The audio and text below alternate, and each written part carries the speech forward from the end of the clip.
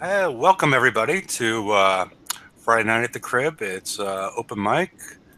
I've posted a link on the right-hand side in case anybody would like to join us and talk about whatever. I hope everybody's having a good VXP weekend. And I guess I'll... You mean VXP Day? VXP Day. Yep, VXP Day. Yeah, well, you know. And we're joined by the Northman. Hello. Hello. Magic Mike. Hello, gentlemen, ladies, whomever. Father George. Evening, everybody. Senior Daniel. Hello, everyone. Two Doors. Science. And this is Hefe. And I think we just got joined by Barian. I'm not sure if he's connected yet, but he's here. So how's everybody's VXP day going? I've run into the issue where with this target, how's everybody's VXP day going? Northman or somebody. I got him. It was Northman. Okay. Yeah, mute your tubes, as they like to say.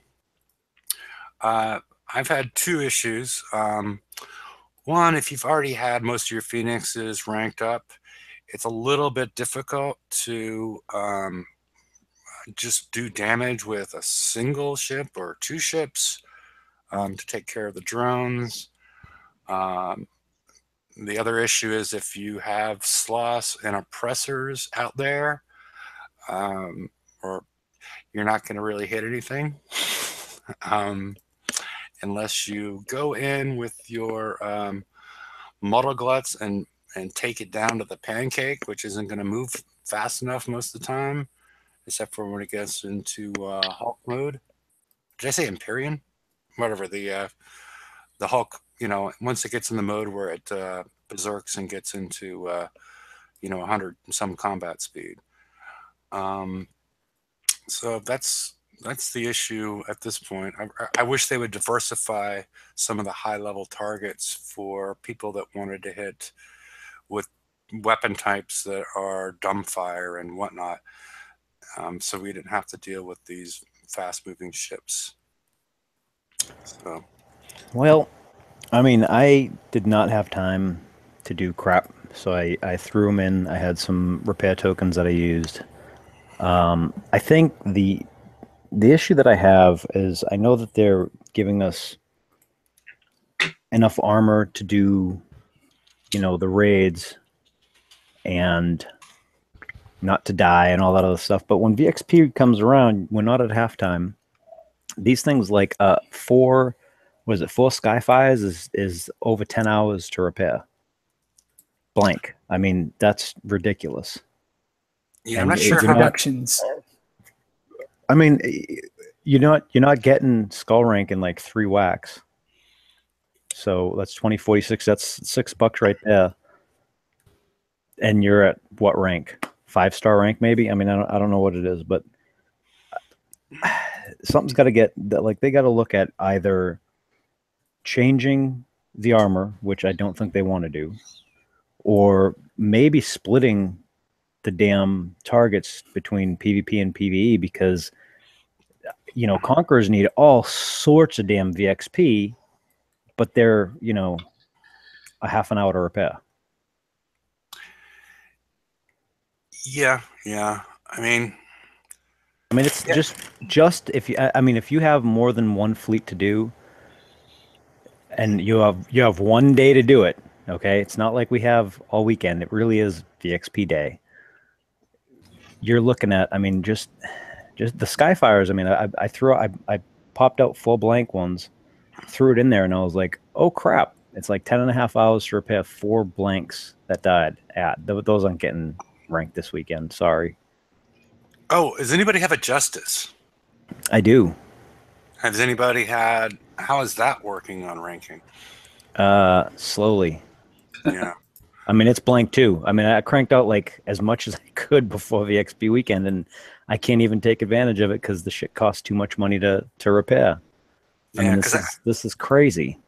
Yeah, because I think the last couple of VXP, at least with this style and the style before, with both Assault and Garrison, you were better off not trying to do the blank builds. If you're not going to coin it, you're better off equipping these things, at least most of them, equipping them to the 9s and doing as much damage as possible if you didn't plan on, you know, coining it. So then you're stuck not being able to have everything built for the next raid and stuff. I mean, it's they've put us a little bit in a catch-22, I think. And I don't know if they even realize it because, you know.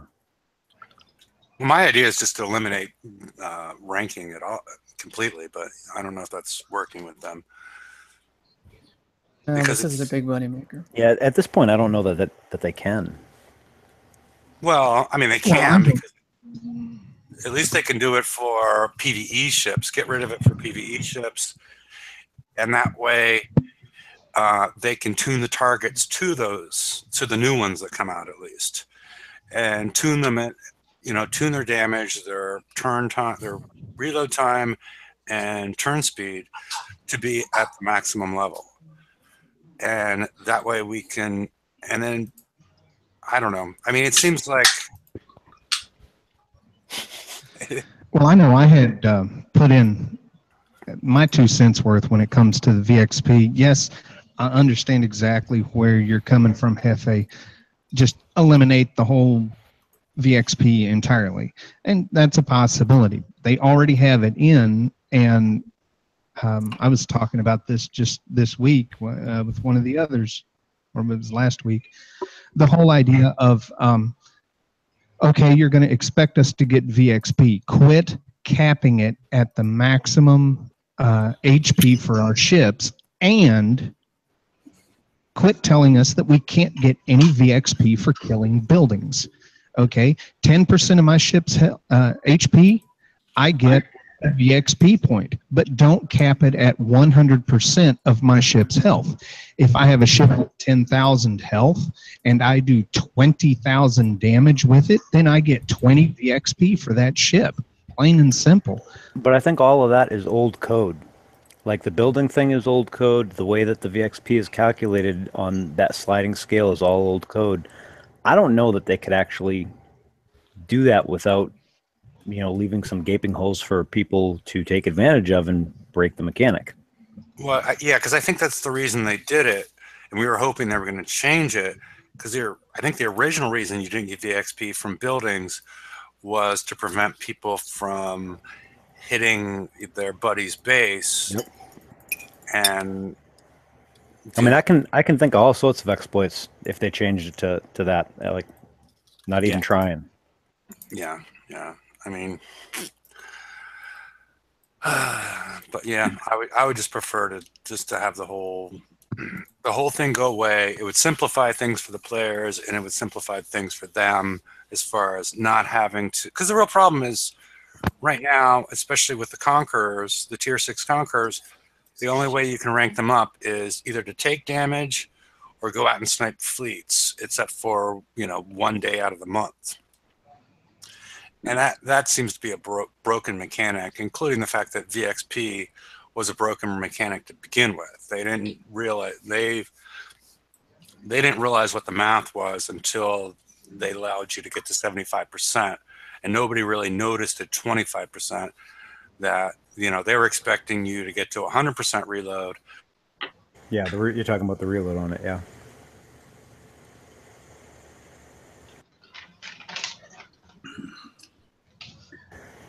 I have one issue with the VXP weekend, and I think that's a legit one, and that is, why do they need to have a VXP weekend the week after the raid?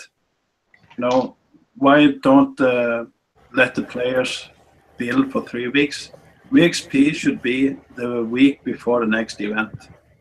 Well, I think part of that is, a business decision, because what are you gonna, it is a company. They do have to make money, and there's no impetus to rush a build if you're gonna have it the week before, the raid. And additionally, you'll have enough time to actually get some built with weapons, so you're more effective in the VXP targets. So, I think a lot of it is a business decision, and I can't blame them for it. I mean, they got to keep the lights on. They got to pay the programmers to program the game that I'm playing.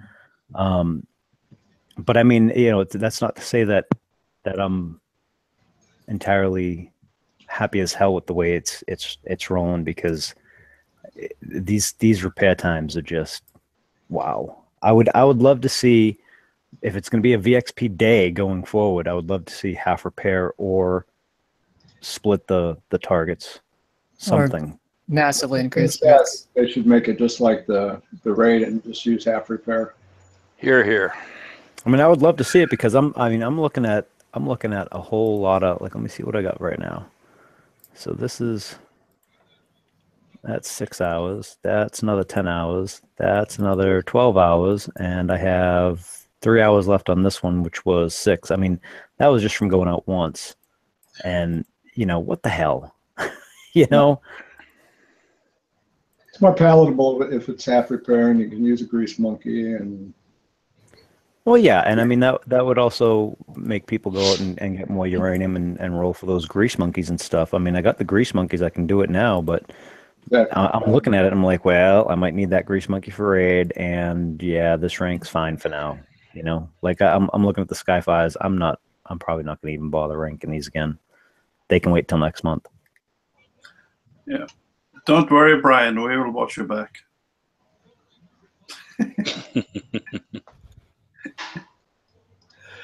Yeah, I was surprised at how fast the Phoenixes rank versus the Skyfires. Every time I rank or when I build ship, I put on one weapon, I put on engine. And the only way I get a good rank is actually to suicide the fleet. I can go in and out and they die, and I get... If you try to run around, you try to fight the target and whatnot, and you can go for 5, 6, 7, 8 minutes, eventually will die. And if you go in, click auto, you will actually get the same point when you're dead, even though yeah, but the problem is, if you have something that can actually kill the target, what you do is you go in, you kill a couple drones, you hop back out, and then you hop back in, you kill a couple more things, you hop back out. As long as you keep on killing ships, you can go in and out, and you'll keep on gaining and gaining VXP. I don't think I'm hoping no one's going in and trying to kill the whole bloody thing all at once, because holy crap. Because they should know better by this point in time. Yeah, at this point they should know how to stack their VXP on targets. I mean, now if you have, blanks, like my Phoenix is ranked up. I mean, they're mostly ranked, but they ranked up pretty quick to Skull, because they were armed and I was doing that. But like the Skyfires, they're blank. I mean, all I can do is suicide on them, and it's 10 hours. I mean, what the hell? 10 hours of repair for 4 ships, and I'm just trying to get VXP. That's all I'm trying to do. I'm not trying to hit any targets. I'm not trying to hit anyone's bases. A fully 5 with the flag, because that's what I have. I have the Skyfires with the flag, and I'm ranking them right now.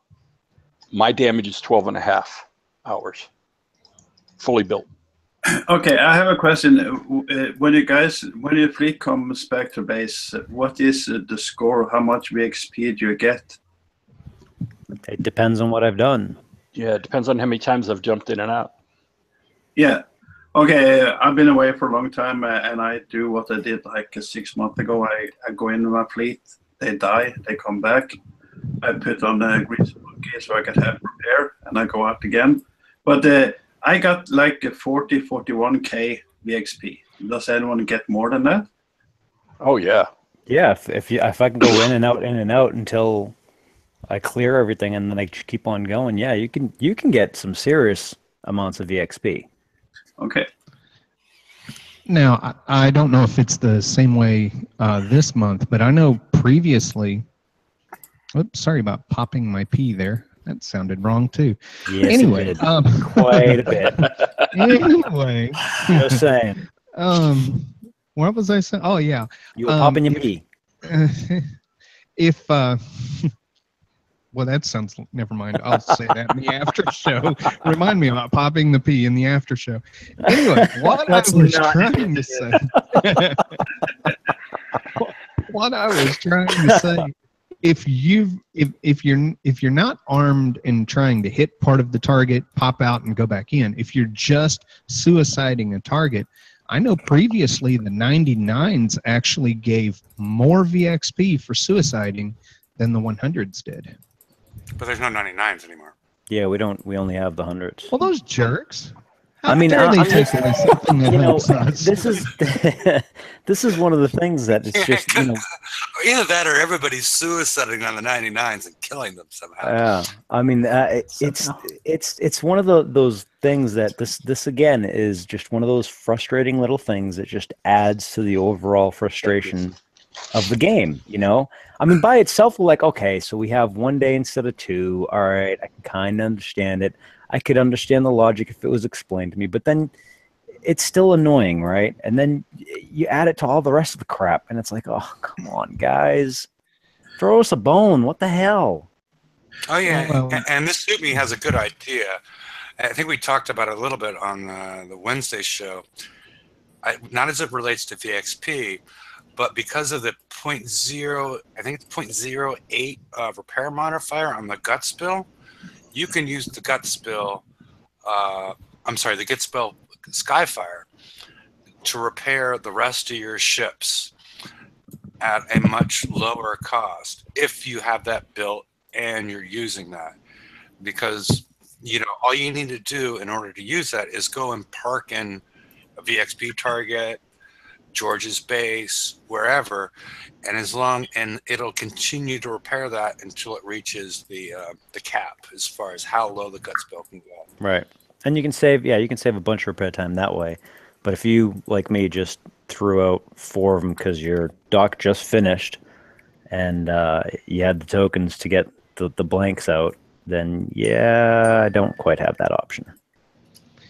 But then again, I have to ask, is this the first time, the 100 this time that are meant for the Phoenix, is this the first time they released this one as a ranking VXP that we had it last month too. Okay. Yeah, I'd like to see the damage cap increased. I'd like to see varied target types. I'd like to see just give Conquerors some love, you guys. Seriously, like that's the real problem with the Conquerors. It's not so much that we have to build them because we're given 30 days of build, and you're really never supposed to build a full fleet of anything, so you can get 2 ships and change off the tokens you get, and that's fine. But even ranking them up from 60,000 with the armor they have, or 60% with the armor they have, like that's significantly tougher than ranking up probably even a fleet of shells of a normal type. Like my gut spill's already at 60, and I've just been going only since we started the show. But look, a fleet of prides, right? So you have 5 prides. That's what, 2, 4, 6, 8 tokens? I mean, 8 gold to... No, it's 1 each. It's 5 gold to repair it, right, on the map. And you go in. But then if you do the Skyfires, that's 20. You know what I mean? It's just the ratios are just off, and I think part of it is from trying to do a target that can do both, and part of it is just the need for so much armor in the targets, because as damage is increasing, as the targets get more and more difficult, you want these things with all this armor, but damn, you got to repair it on VXP weekend, or I should say VXP day. Yeah. And the thing is, what gives you no repair time but still gives you the defenses? Charged armor. Charged armor. Yeah. Hey, nice. And the other thing, while we're still talking about this, or here, both This Suits Me and Raptor have been ranking up the Gutsbill Skyfire, and I know at least with the Gluttonies, the when they transfer health from one target or from themselves to one of their allied, ships. Have you guys noticed a difference? And they get VXP for that. Have you guys noticed a difference if you're in a target or in somebody's base? Is there a difference? Are you much better off? Are you getting a multiplier associated with the VXP of just healing your other ships? Because I see Raptors saying that his guts build ranked much faster than the regular ones, and that probably has to do with the amount of armor that it inherently has. But I think there's a potential that the transfer to really increase the amount of VXP that ship is getting. Yeah, no, I agree. I think that is definitely the case. I'm surprised actually that it's ranking so much faster than the others, given that it has 140,000 armor. That's more than I think all the Conquerors currently. Right, but if it's transferring its health, right, and it works the same way that the Gluttony does with regard to VXP, it's also getting that VXP modifier in those VXP targets. So yeah, but it's still dying. Yeah. And you're not dealing 140,000 damage. At that point, it feels more like a Conqueror that repairs in 3 hours instead of half. Because if your Skyfire is just taking damage, that's basically like suiciding your Conqueror, because the damage that you deal with your UAVs is typical. Well, with the UAVs it might be, but the damage you deal with most Conqueror-based weapons, especially because most of them are dumbfire now, you're dealing hardly any, if any, damage, especially compared to your overall health pool as a Conqueror. And with it might be better with the Skyfire, yeah, and you might get more VXP, but still 6 times the repair. I can't imagine it going well unless you just jump in and jump out, just hitting it like you would normally, but then you're not getting full damage based on your armor. But I'm glad it's working for them. As you guys know, I'm always giving some kind of crazy quote, and this will be as tactful as possible, but Kixeye to modify the quote of the famed DeForest Kelly in the role of Dr. Bones McCoy. Damn it, Kixeye, I'm a regular player and a broke person, not a coiner. If I'm going to jump off of that, I find it strange. This game requires so much physical time to invest in and do well at the high level. Even like when you're coining, you need a job so you need a lot of spare time, right? But the problem is, to afford to get that high in the first place, you usually will need a job because it's actually quite expensive as well.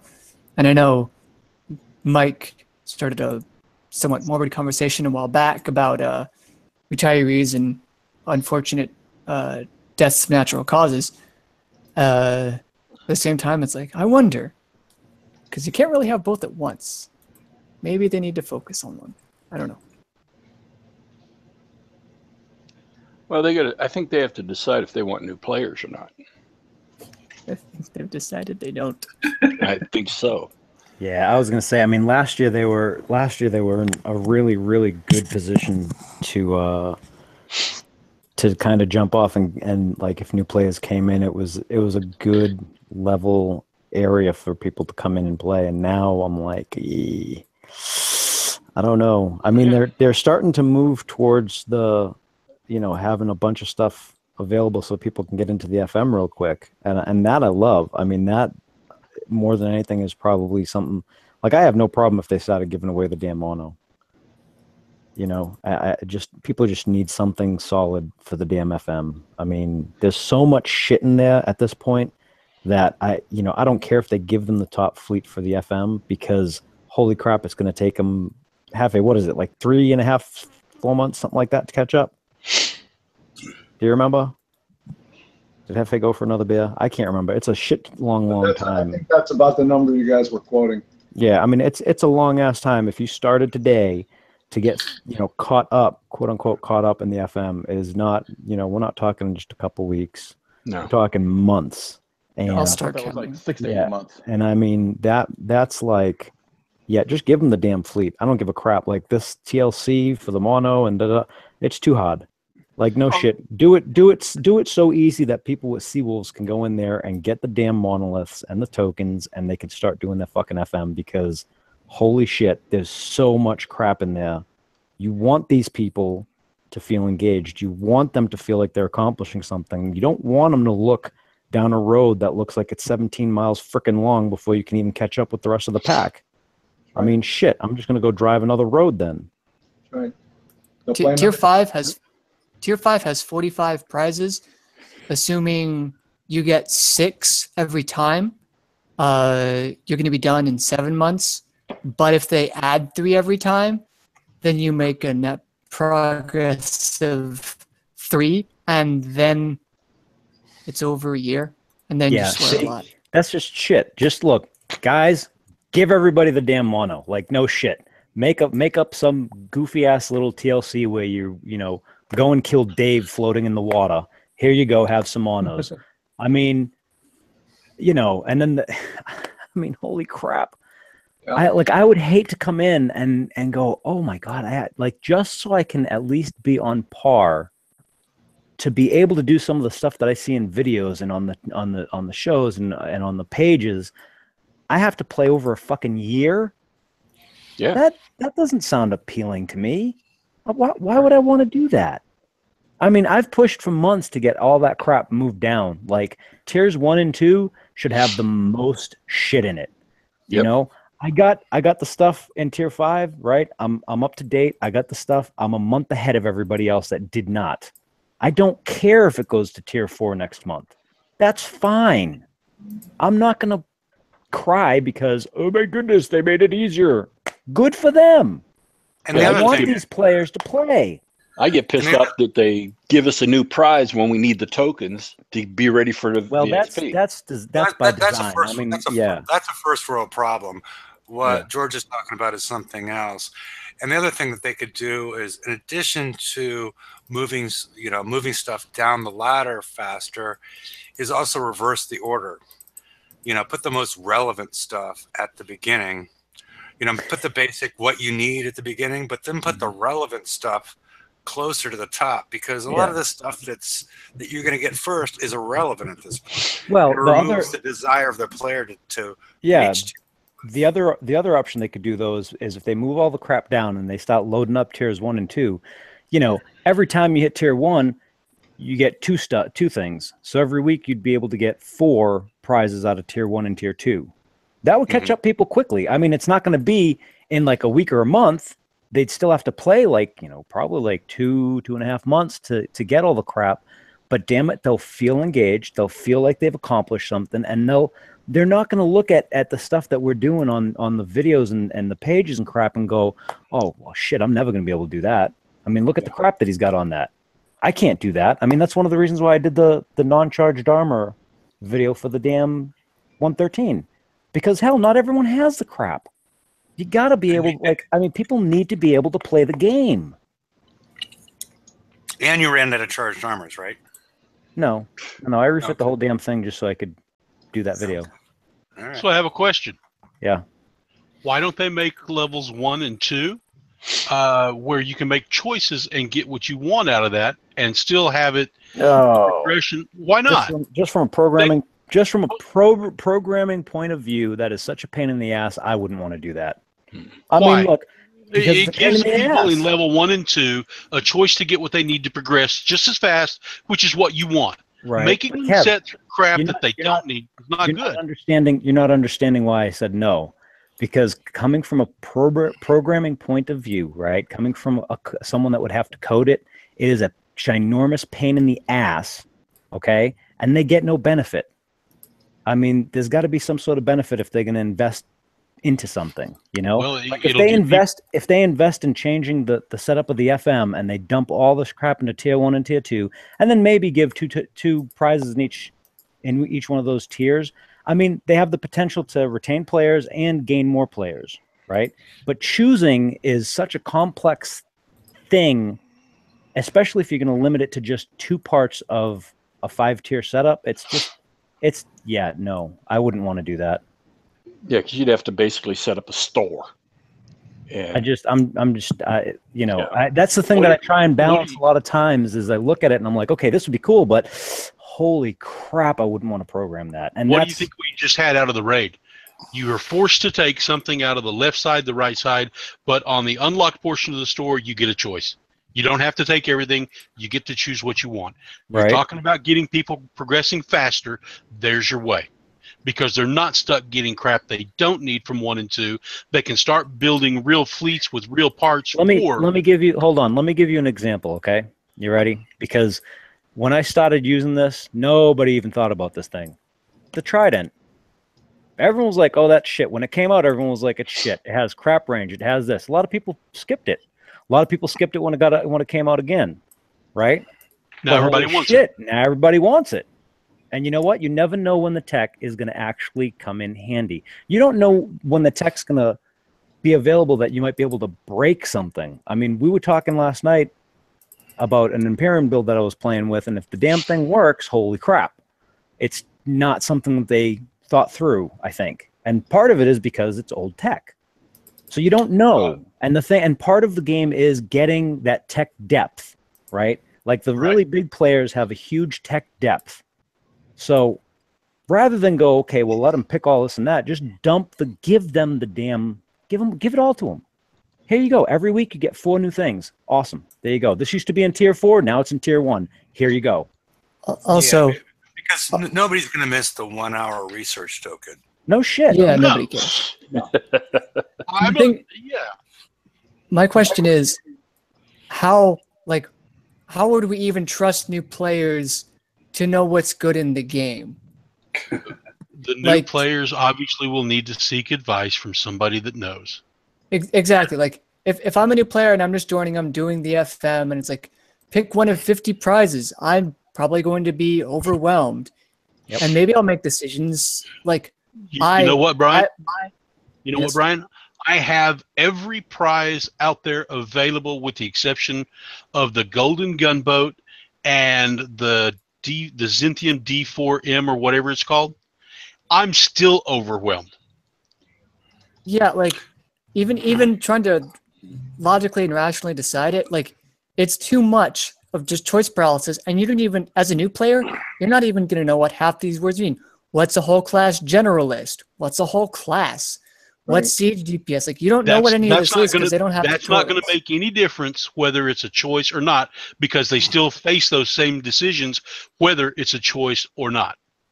Well, but the thing is, if they start to set up like they do now, where they put specific things in the front, if Kicksai makes an intelligent decision about what players need for the build, like they'll give you what you need first, and they'll set you along. That's the biggest oxymoron we've got is Kicksai making an intelligent decision. Yeah. Well, hold on. What would be the benefit of letting a newer player or a new player have a choice if they moved everything down to tier 1 and 2, right? Which, God, I would pray that they do, but I doubt they're gonna. But if in this scenario, what's the benefit of allowing a new player to actually choose rather than go through the same system that everyone else does? It empowers the player. And if one of the biggest things that would lead to player retention is even, boy, this is going to sound terrible. Hold on. Now that's an assumption I don't agree with. Why would choosing empower the player rather than giving them, 4 to 8 prizes every week? It gives the player the feeling that they are involved in what prize they get. They're involved in building the ships and hitting the targets, and they're doing the FM. Like, the player agency is loud and clear. My question is, what if they choose incorrectly? What if they have like a Punisher? I think they'll feel. I think the edge missile. I think they're not going to be able to use that. They're pissed off. I think they feel more empowered when their tech depth is sufficient enough where they can start progressing up those tiers. I don't give a shit about choosing. Like, if I had to go into a raid and they go, okay, you need 300 million and you get these prizes and this is the order that you get them in, because we've had those raids before. Mm-hmm. Okay, it happens. I don't give a crap as long as I know what I got to do, because I know what I got to do, right? But if everybody's in a different situation. Would you recommend that a new player take a Punisher and try to hit a 113? No, but those Punishers do pretty good in some other targets. Yeah, but what does everybody want?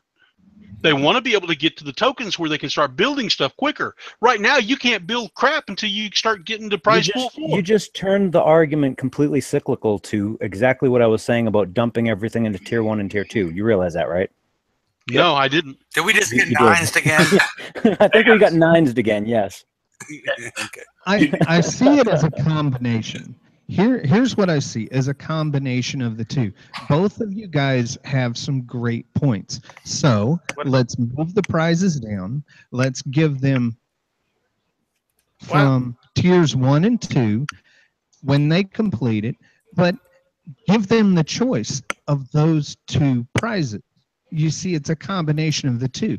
They're filling up their tech roster, but they feel empowered by having the option to choose what they get. Yes, I understand the argument of what if they choose wrong? Well, then, number one, that's the individual player's choice.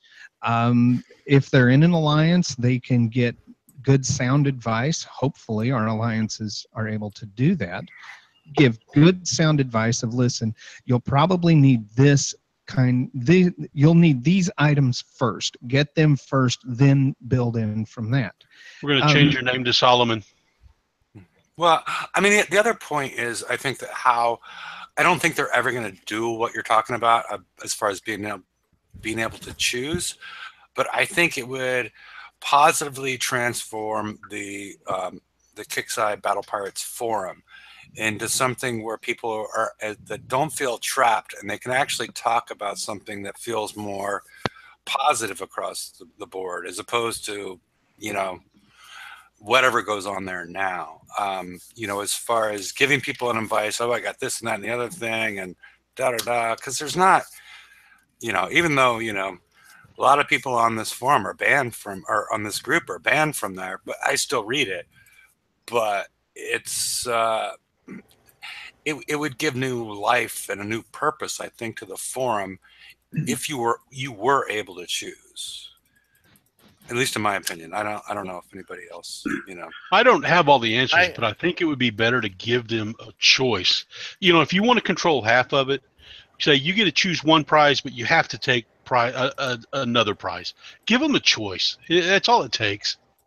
Progress will happen faster. People will be happier because they do feel like they're a part of themselves. I completely disagree with that. Yeah, because we don't want, can you imagine someone at a level 20? And they pick a generalist missile for their Apollos or something. I mean, come on. No. They got to learn like everybody else. It's a learning thing. I agree with the reversal. Give the stuff away in 1 and 2, but kind of make it in an order that they're going to need it and make them use it to learn. Well, they kind of already have making the stuff that you need for the FM in the top, right? Yeah. Yeah. And if you give them all the great stuff in the beginning, they're never going to learn. They're not going to be someone who can make some of the great builds that you guys build, because they're going to be dependent. Someone else is going to tell me all I got to do is score it. So I go with if it's an A or B, I go with the 1 and 2, and of course they're not going to do what we want anyway. So, guys, I have an opinion. I've been playing in the beginning, the Blackwater days and whatnot, and we have all to agree that it's a quite complicated game. For so many years, all the different types and what has been introduced to the game, and then again we can see, okay, if a new player comes onto this game, and the truth is very complicated, and if Kickside is going to have any chance to recruit a new player, they really need to give them a fleet that they can take Forsaken.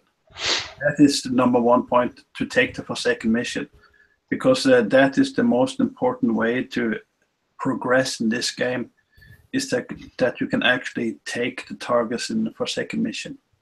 And when we see the difficulty in 113, I take 113, I take 3 of those, and I take 103. And there are no new players that can do this. And then again, if they want to progress, if they want new players, I cannot recommend this game to a friend because it's just too complicated. All the text, penetrating, mort, rockets, the benefits, the specials and whatnot, you know, it has really come into a very complicated game. And if they're going to have a chance to get new recruits, you have to give them a ship that can take at least tier 4. And when we see at tier 5, they push on and push on new prices to, in a way, prevent us to get the tokens. They do not want to give us tokens, and because they want to give us new targets to hit every time after an event or raid. But when the long-time players, as I guess all of us are, and when we look at the tier 5 prices, and I guess like 90%, they are not valuable for us high-end players. We pick out the 5, 6, 7, 8 things we want, and we know that the rest of the stuff that's not usable. So why not push that down to the players that are trying to catch up?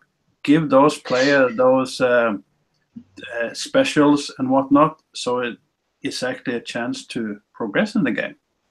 Thank you. Yeah. Well, I mean, here's the thing. They have, what, Prize Pool 2 has, Citadels and Zealous right at the beginning, right?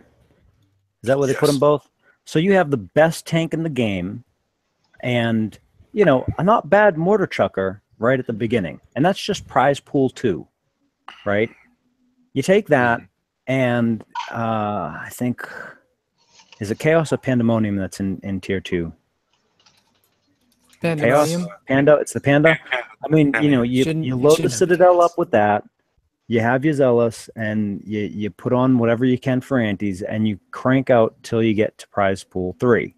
At the beginning of Prize Pool 3, you know, the Judgment's still a damn fantastic mortar. That will get you into Prize Pool 4. But I mean, there's still not a 76 range missile in there until you get to the Blade, number 12 in Prize Pool 3. Okay. You don't have as good spotting missile. I mean, in Prize Pool 2. But we're not talking about doing the 103 or the 113. We're talking about a new player that's starting to get up through the prize packs, or the tiers. Mm-hmm. Like, do you need that in an 88? I don't know. Yes, you do. You need the 88 that. The 88 is the raid 85. So the 88 would require it. So where's the blade? They have the squall launcher. The blade's in tier 3, right? Yeah, but number 12. It's in position 12. Christ's sake! See, that's the kind of crap. Now that's the kind of crap that I have an issue with. Yeah. So it's going to take you months to get to it. Yeah, that kind of crap. Like everything from 1 to 4 should get 1 to 3 should get dumped into Prize Pool 1. Prize Pool 4 right now should get dumped into number 2. 5 should get dumped into 4, right? And we can start fresh. And people will be able, because like Prize Pool 1 has like 3 prizes in it or some crap. I mean, it's some stupid amount of like shit. Yeah, Prize Pool 1, only has 5. I mean, and Yeah, then I mean, what the hell? Prize Pool 4, prize number 2 is Reflective Coating 3. How useful is that at this point in the game? Shit. Yeah, I mean, why don't they, like the D4CO or, there's other things in here that would be much more useful to the players if they were pushed the other direction. D85D, it's position, close to 20-something in Prize Pool 4? Yeah. You know what I'd like to see? I would like to see them reach out to a couple of people that can build ships well and go, hey, here's the target that we want to have for lower end players to get from, to progress from tiers 1 to 3, right? And we need something that will easily take care of these, right? Because you don't want them to get discouraged if they lose their fleet. But you want to be able to go in and actually hit tier 3 at least, the first week that they're playing.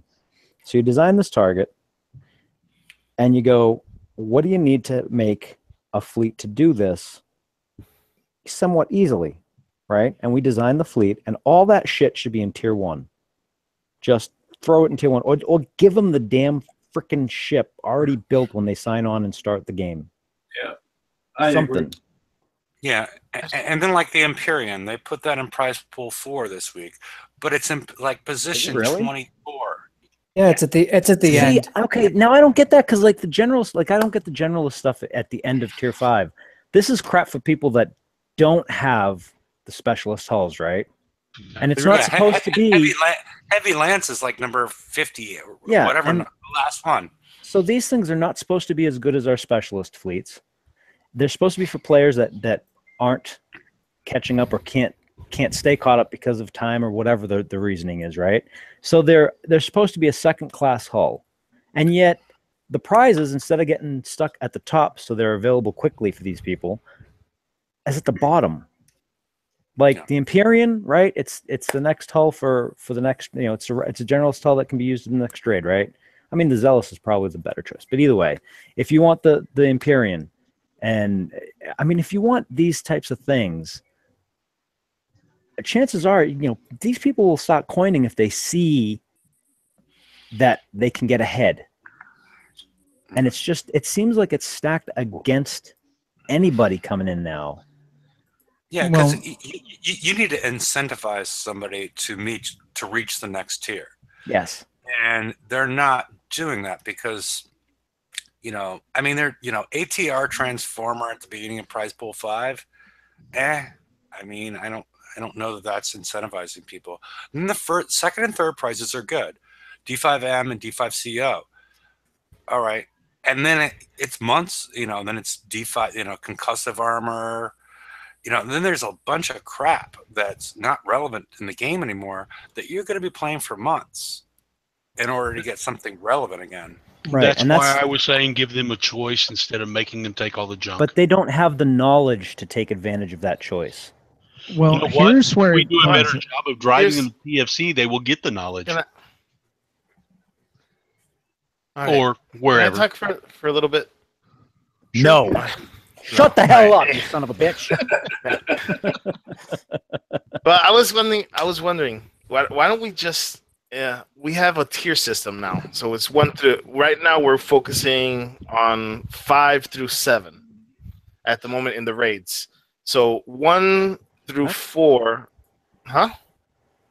Because in the raids, from FM to raid. No. What I'm explaining something. Okay, go ahead. Okay. So the tier system, we have this tier system, right? We have all these these boats that are all like tier 1 to tier 4, right? Or 5. No, there's 6, 7. Yeah, the tier 4, and those are basically useless in today's type of game, right? Right. Why don't we make all that? Why don't we make all that tech, like reduce the time to like almost nothing, so that they'll be able to like pump out fleets really quick, so they could do the TLCs or put new TLCs there with new tech, so that they'll be able to progress through those and get the tech that they need with the TLCs and stuff like that. Just they'll be able to build quickly, like. In like a week time, they'll be able to have like 10 fleets done for each TLC or something like that. It'll progress them quickly to the next rank to get to tier 5 or even further if they coin. Well, your question provokes the exact comment I was about to make. If you rush new players into the highest tiers, they have not developed the skills to do the high tier stuff. It's my personal view on this. It's my personal view on this, but I'm sorry. A level 40 does not need to be going out and hitting prize pool 5 because he has not developed the driving skills to do it effectively. I've seen players I've seen massive players that can't friggin' drive for crap either. I mean, you know, Kevin, how do you do it? Rates? But the thing is, if they get to build the ships quicker, if they get to build and experiment, they'll start gaining the knowledge needed to, you know, not the driving knowledge, but at least the knowledge in building. It takes way too. It takes way too long to build anything in this game. Right, but he's saying if you put down the build time and stuff, and the only catch to that is that that's like a global type of change, and I can totally see someone exploiting that. Well, who's gonna build like hammerheads or something like that? Like who's gonna build hammerheads even if they're a minute to build? Dude, I'm just telling you right now, there are ways to exploit just about everything when you do a global change. Okay. Yeah. Like, I mean, for a good example, ask Brian what the hell, the LCX that I built. What was it? Was it an LCX? The Light Cruiser X. Okay. We tried so hard. That bitch had 2,400 health on it, right? And I almost pulled off a really bad exploit with it. Like, it would have been just ridiculously stupid. And, you know, you start doing things that globally change stuff from, you know, for build times for weapons or hulls or anything. Someone's going to find something. Yeah, but that means that it's been in the game for all this time and no one found it because of the build time. Well, not necessarily. So now you want them to exploit it. I mean, we don't want them to exploit it. At least it'll be found and fixed. I think doubling down on who's going to exploit hammerheads. But how long has LCX been? How long has it been since LCX has been in the prize pool? I mean, in any prize pool for that matter. Long time. So when you're making global changes, you're looking at, I forgot what it was now, that they had a glitch, they had a bug, they fixed the bug, and the moment that they did, missile remote targeting could hit targets on the other side of the damn base. All because of a change in one area, it totally screwed that up. That is the danger of a sweeping global change. Yeah, things like that happen pretty much twice a month. Yeah, good point. There's not really a point. That's not new. Yeah. Sometimes they're left in. You don't need to go that far back to find something like that. But yeah, it's sweeping changes to the game is, you know, because if you listen to the Wednesday show much, is like, oh, everybody's favorite thing in the game, a new mechanic. Because once they introduce a new mechanic in the game, you know that's going to be broken. And then you know something else is going to be broken as well. So you're going to break two things at one time, at least from what I've seen. I'm right there with you, Hefe, but I do need to say that I've been one that's carping on new things being broken all the time when they bring them in. The Phoenixes work a charm. I can't really say that there's much of anything wrong with them at all. So I got to give them kudos on that. But the only thing, the only special feature that the Phoenix have is useless. That little cannon that at 50 range it's supposed to shoot. I don't think a lot of people have used it. Well, that sucks. Yes, but the speed, especially with the flagship, you outrun the drones. Like it actually does work really, really well. Yeah, I know. The hull itself is good. It prevents you from getting completely owned. You're going to get partially owned, but you're not going to get completely fucked because of that. I mean, that's the good thing I see about that. Yeah. I'm sorry. Go ahead. Yeah, but that's not the special feature of the hull. Is that little gun, that whatever it is, we've never seen shoot. Well, I've actually seen it shoot. Once they get close enough to you, it'll take some out. Oh well. I mean, I've seen it. It's a small, fast projectile, and I'm sitting here doing one of the targets as we're talking, and I've got no problems with it. I got the Phoenix in here. I mean, it does what it's supposed to do. It's just if they get that close, you have other problems. Yeah. Yeah. Hold on. Let's You've messed clarify up. that. Let's You've messed clarify up, that. and you've messed up, and it's bailing you out, and you're still going to take damage for being bailed out. But it's not. It's not. It's sort of like it's taking a bucket to a sinking ship. Yeah. You get some. Now, hold on. Let's clarify something. That's true in, for instance, the S targets. And I don't know for sure about the tier 7s. And I'm not for sure about the tier 6 target. It might be as well, the 80s. I can tell you that in the 60s, because that's what I had to hit last raid, only had 2 Phoenixes built. You don't have all that stun mechanic and all of that. The drones aren't stunning you and blowing up on you. And if they do get close, you can eat them alive with the point defense system. So yes, at the highest tiers, I agree. If they get that close, you're screwed anyways. But targets, it does exactly what it's supposed to do. Yeah, but I mean, are you really going to build Phoenixes so you could do 60s? When you only had 2 of them for the raid, yeah, that's what you have to do. That's not their intent, though. That's not their intent. I think that's the discrepancy there. Well, it depends if you think the intent of doing these targets, these assault targets, is being able to perfect them to do 0 damage get away with taking 0 damage most of the time. Is that what you think their intent is? No, I don't think their intent is that anymore, but I will say I did have a perfect run for 0 damage in the last raid. So it's possible. I just don't know. I don't think it's probable anymore. George, you broke it again, didn't you? I did not break. I don't break anything. Do you guys now, want was that with the generalist tools? You would significantly adjust it, right? Is that the official line? Does anybody want to talk? You're a paralegal, I know. Does anybody want to talk about the weapons that came out in the FM or that the missiles or anything else like that? I'll let Brian share the Empyrean that we were messing with. I gotta go step out for a minute. I'll be back in about 5. Well, I think we should introduce the Lance before we talk about. Oh yeah, no, have fun. I just gotta step out for about 5 minutes. Okay. Yeah, that missile is pretty insane. It's like, well, you've seen the Ragnarok heavy mortar, and it's powerful in its own right, and it gives resist as well, which helps counteract the inherently low base resistances of the Empyrean itself. And it's basically like having another special slot as well, because you're going to put COM on probably. And so it's oh, thank you, Hefe. Yes, it's very powerful on defense and very powerful on offense. And this, I feel this cranks it up to 11. You can probably, you can see the deflections. Thank you.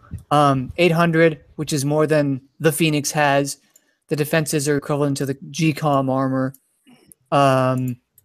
It's amazing. 300% pen damage on everything on the hull, by the way. So your edge missiles basically have 15,000 damage now, is what that says.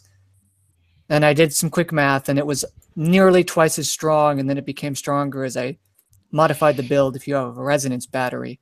So that generalist dampening building better do work. This weapon is amazing.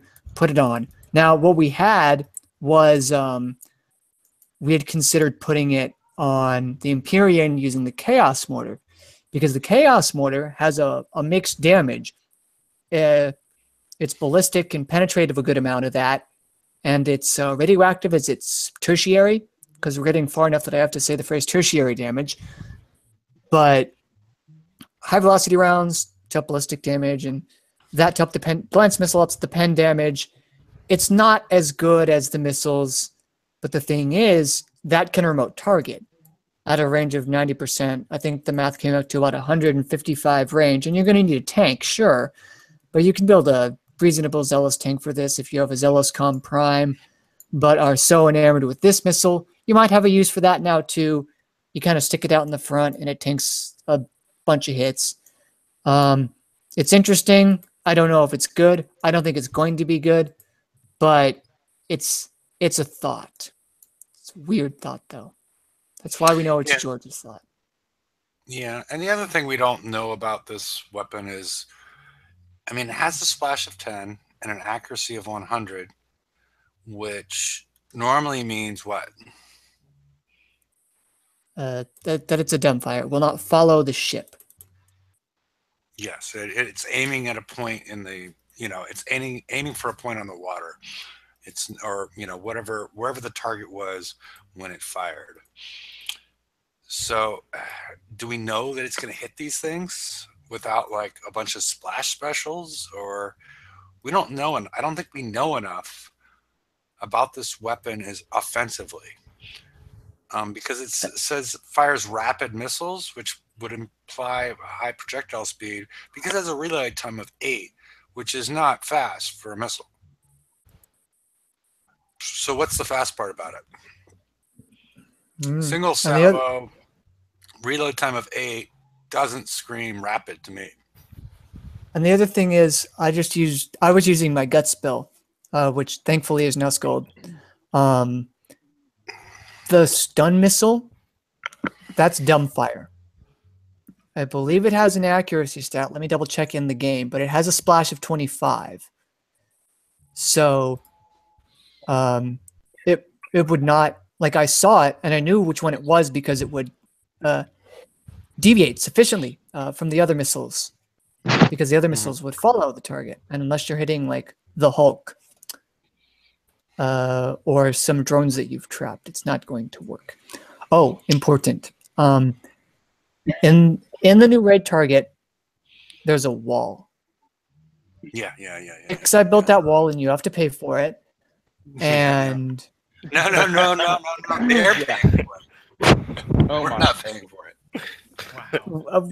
Well, I mean, if we want to repair, special abilities, blah blah blah. Yeah, okay. So the missile has a splash and accuracy stat. Well, I guess that's that's the after show. We're going to talk about who's paying for the wall in the S target. But the Canadians. Go on, Brian. Well, if we ask them nicely and give them Tim Hortons, maybe. But anyway, so that, yeah, the Phoenix missile does have splash and accuracy, but it's dumbfire. So I am guessing this will be 2. And the wall in the 100, I think it's to negate a route where you clear out the top 2 groups, you clear out the turrets, and you go in and you swoop around the inside, going clockwise, and you kill that launcher turret on the far side. Throwers. Beg pardon? Throwers. They're not launchers. Right. Sorry. Yeah. It looks like a thrower, but it launches things. Yes, the thrower turret.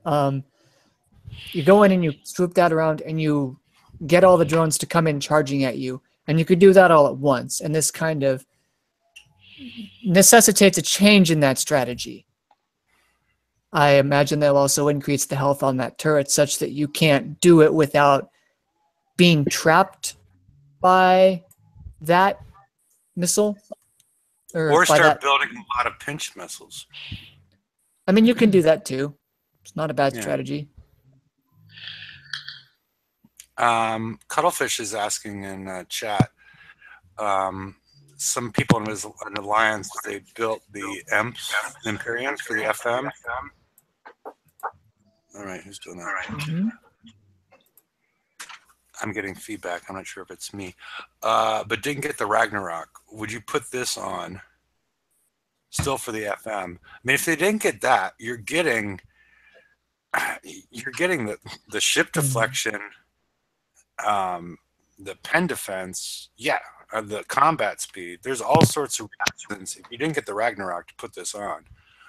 I mean, the only thing is you're getting an additional hour of repair time, but I think the 800 deflection, the 100 combat speed, the 300 turn speed, there's all sorts of reasons to put this on. Fair warning, you might have to get used to driving these things again if you put that on, because Imperians are fast inherently, not necessarily in turning, but in combat speed. And if you add this to that, even if you take off an SS5, it's still going to handle a little differently. You're going to be a little faster. So if you think you can handle the driving test, and you're going to have plus 300 turn speed too. Yeah, 300% off. It's 300% off a 10. Yeah, but if you already have Speed System 5 on there, I mean, you're I gonna don't know. turn. You're gonna turn well enough, I think. Yeah, yeah. Oh, he's planning on yanking off SS5. But yeah, I mean, I guess it depends what you put on there. But just the ship and structure deflection seems to be in the penetrating defense. Seems to be enough reason to put this on. So I would say Yeah, yes. I'd run it. And Mary's never driven inside, so I'm not sure what that means. We'll just leave it Oh, at that. and in the hundreds, yeah. Well, you might not be able to try it now, but the logic was after you kill the thrower turret, you go into the center, and you activate the drones because their patrol range, okay, the range to see you is well enough that if you go along the edges of the inside of the square, that they'll all come to you, but they'll come charging straight at you, and they'll run into a wall, and it's actually quite comical. Yes. And then you snap them from there. Yeah, and Chris R is asking, where can I find a great Zelo build and Mana build to hit a 10? I'm assuming a 113. I mean, maybe it's The what Forsaken. I would hit the 113 if you know, if I had my Forsaken druthers. Council usually has pretty good builds. Let me see if I can find one. Yeah. But it brought up a question in my mind. I see two distinct builds, and I've only have the Phalanx 3 build for the Zealous. And then there's also the Phalanx 4 build with the Tridents. That's kind of basically what I'm working on running is Phalanx 4, Gales, Hails, as I have them, and some Trident mix. And I have seen the Tridents be effective on the rockets. I've seen it. I just don't have enough of them to, but they do work.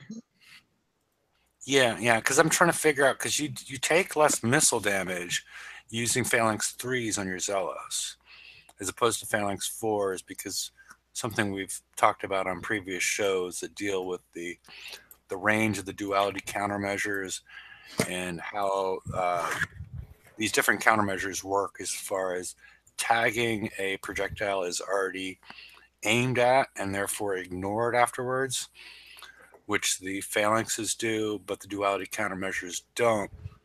And then you have the protection that's added by the Trident versus rockets. And I only have one Zealous, so I haven't worked on. Well, here's the added. Yeah, which one's best. I'm gonna eventually build one of the Trident Zealouses for testing, but from what I've seen, I think you need like 5 or 6 Tridents on it. Yeah. And in order to stop the missiles or the rockets. I'm not sure about the missiles. I mean, the thing is, if you get the driving down on the 113, you can use either one of them. If you have problems driving into those cold snaps, the Trident build's probably a little bit better. I don't have that issue, so I'm gonna stick with the Phalanx 3 Zealous. The only minor issue when you start dealing with the Trident build, and especially if you're using anything to increase countermeasure range and accuracy, in you know how you've got the white ring for your weapon and the green ring for your countermeasures. Because of the range on the Trident, once you add the bonus range, which the Trident will target a missile or a rocket, my countermeasure ring is actually bigger than my weapon target ring. So that kind of negates the whole Phalanx 3 option, which I know what you're talking about with that, and it's an incredible option. It works incredibly well. But once you put on the Tridents, it totally negates the reason for the Phalanx 3. Yeah. No, we all understand that. And that's why it's an either or. You either put the Phalanx 3s on a Zealous, because it's obvious for if you're going to use a gridiron, you're going to want to go with the Trident with the Phalanx 4 build. But with the Zealous, there's a trade-off involved. And so, yeah, that was the question that it's just two different as far as testing it testing it on the map. Yeah, it's just two different options that you have with the Zealous. I mean, I personally, I am biased towards the Phalanx 3 Zealous because I mean, but yeah, I mean, people are having some really good success with the Trident ones, and if you're having connection issues or if you can't just get the driving down, it's a great option.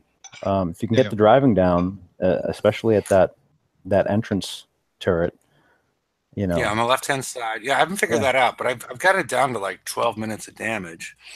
I think what I'm going to do is actually make a video with the voiceover to show, because I actually started testing different angles coming in at that corner, and I've got it to where I know exactly what's going on. I just don't know how to explain it clearly.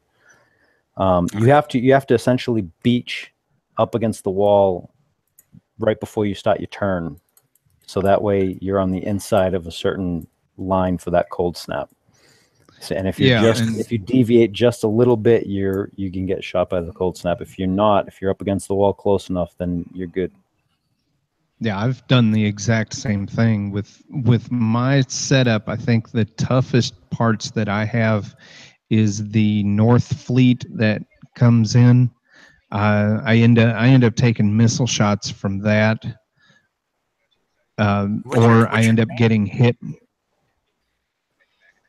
Which fleet gets you? Zealous tank. Yeah, you have a Zealous tank and you're having problems like this? Yeah, what fleet gets you? The fleet that comes in from the north.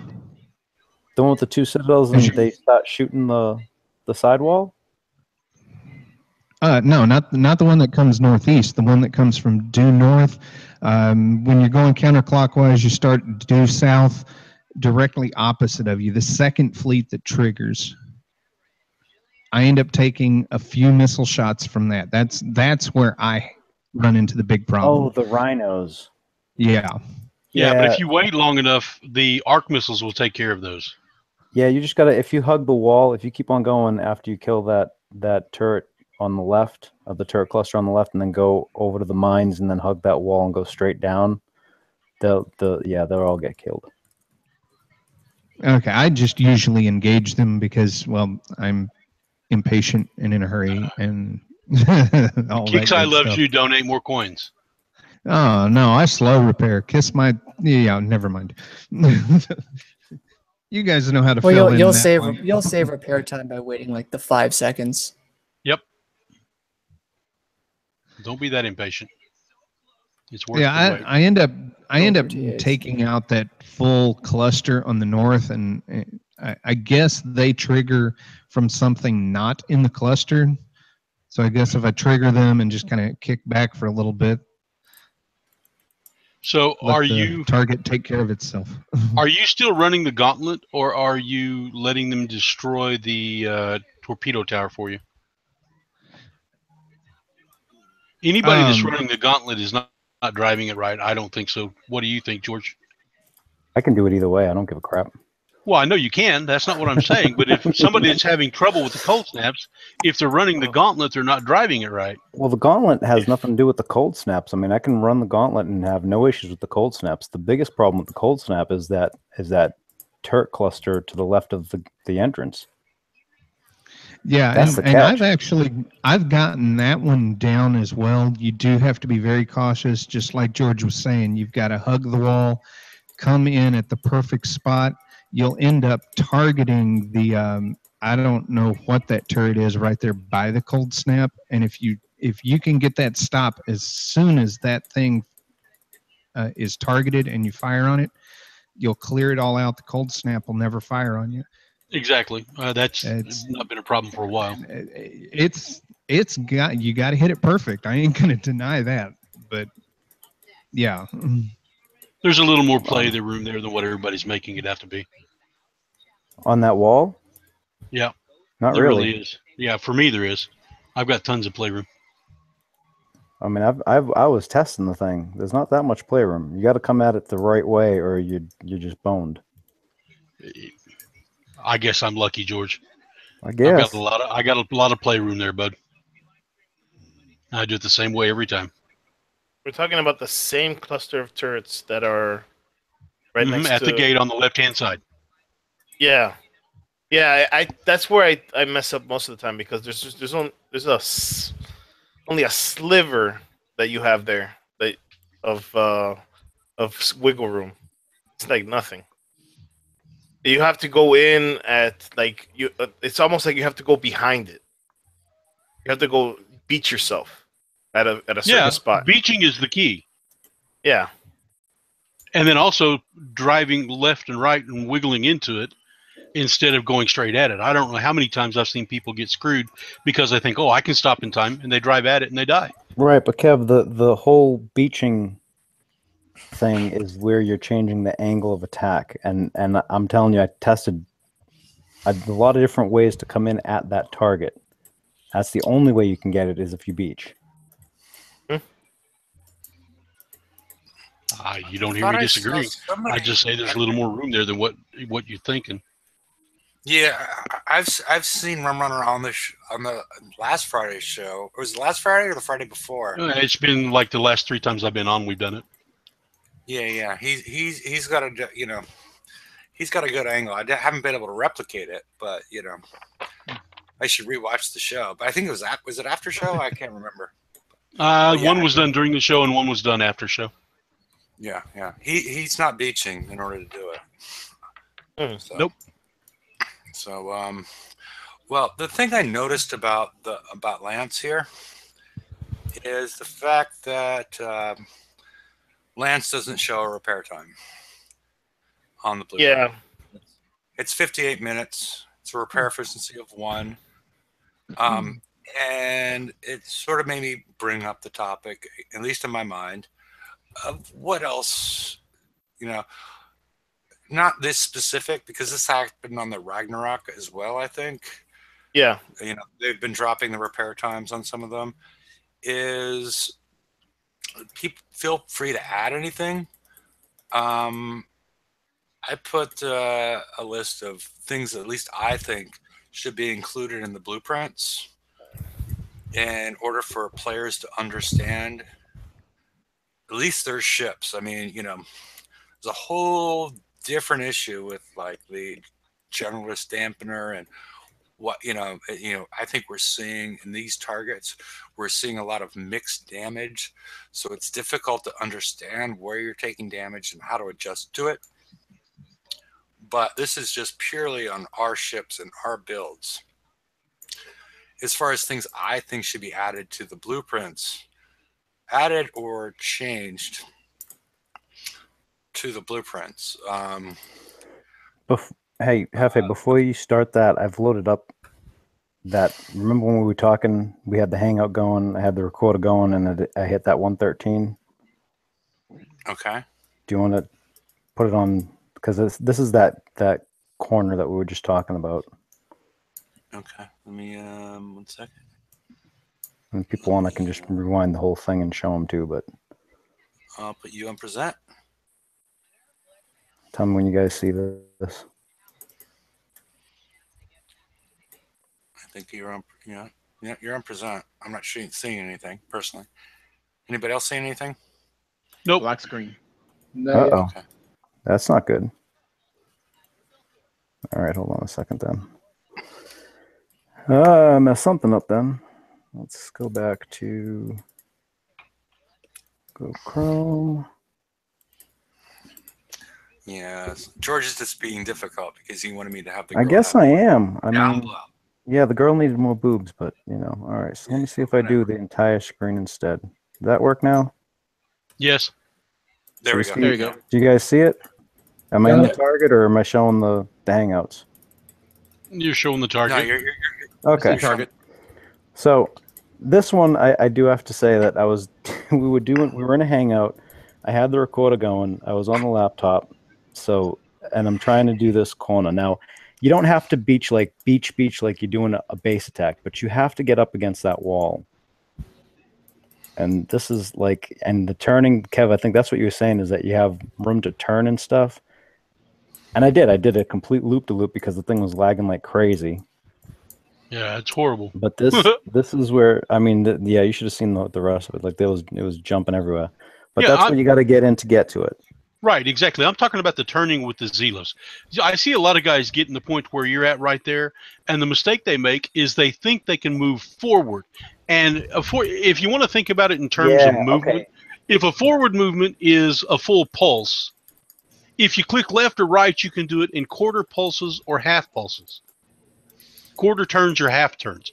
And it moves you closer, but it doesn't move you enough into the range that you die or you take that much damage. Yeah, there's room to turn, but you still have to be up on that wall. Like you can't come in at a different angle is I guess what I should have said. No, we do the same thing. We basically attack it the same thing. You're using different words to describe it than I am. Yeah. Because to me there's plenty of room as long as you know how to beach and turn side to side instead of move straight forward. And this right here is what a lot of people want to see is that little corner thing here. Instead of running the gauntlet, you can do this, which you can. But at the same point, you can run the gauntlet with this fleet too. Yeah. It's not a big thing. And I think this one you came a little close. You know, I would feel nervous getting that close because you can hit it from further away. Now the problem I have with the problem I have with what you were just showing. You're a little close to your mic. Yeah, you got to give some room to the mic. The problem I have with what you were showing is the citadels that were hitting the de-stealth trigger, I guess is a good way to put it. The great big building. Yeah. Those things typically get where they ever come close to doing that. At least when I hit, they do. What do they do? You probably don't have frontline countermeasures on your. You have a Zealous as a tank. Yeah. No, wait. Are you killing the trigger, or are you letting them kill the trigger? They get killed before they ever fire on the trigger. Well, that happens. That happens sometimes, depending on how much lag is on the mortars coming down. There are times when those two last ships there aren't there. There are times that they are there. There are times that the Zealous, not the Zealous, the Zoes or whatever the hell, the Rhinos come in, passed around that corner. I mean, there's like, I think in this one I actually got hit by those Rhinos, and even still getting hit with the Rhinos. What was this? 158 with all that crappy lag. Let me see if I can show you where I got hit by that. Okay, so this is where you're talking about, right? You coming down here and the Rhinos catch you? No. It's not there. It's previous, the corner right before that. That's where they're at right now. Corner. Yeah, that's the one right there. I can't see what you're showing, George. Right there, where you're at right now, is the corner that the Rhinos usually catch. So you just got to keep on moving right there. I mean, if you pause, they're going to catch you. You just keep on going. Okay, that may be where I'm missing at then. Not a problem. So you're getting hit by the Rhino. You're getting hit by the Rhinos up there? I think I get hit. Yeah. The Rhinos actually make it down to hit me in this one, I think. Man, this is laggy as hell. Go ahead. Well, I'm using a Harlock sit and a Citadel as well as 2 monos in my tank, so I do have to check up and wait. You know, so but you know, at least now I know that it's normal. I don't feel that I'm out of place. Here's the thing with if you have 2 monos in the Zealous, you might be able to actually pull it off without needing the Citadels. Yeah.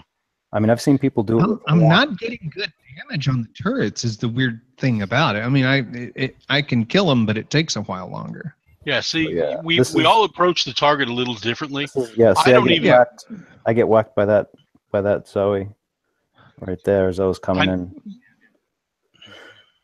It died right there.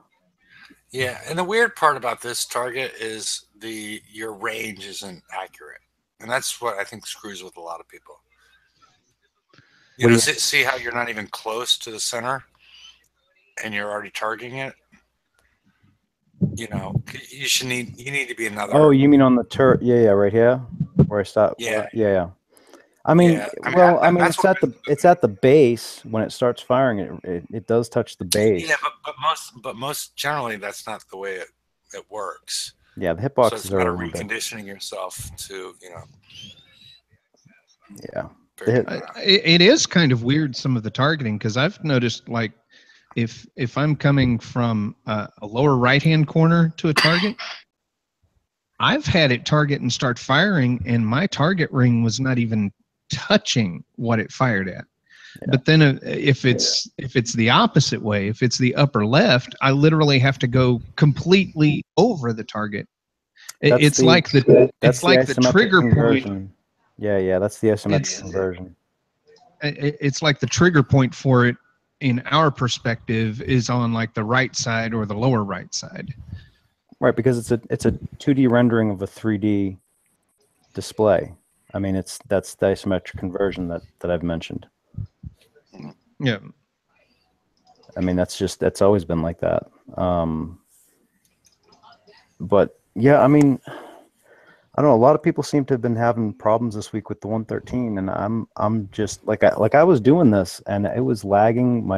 The mouse clicks, I was clicking like 2-3 times. The down button wasn't working quite right. I mean, the guys were listening to me as I was doing it, and I was freaking cursing up a storm because I had to guess where I was stopping. It was a pain in the butt, honestly. Okay. But yeah, I mean, I don't know. Was there like that was the big question? Was that one cluster, right? Yeah. No, you showed that pretty well. I mean, it's tricky the way I look at it because your white ring is not even.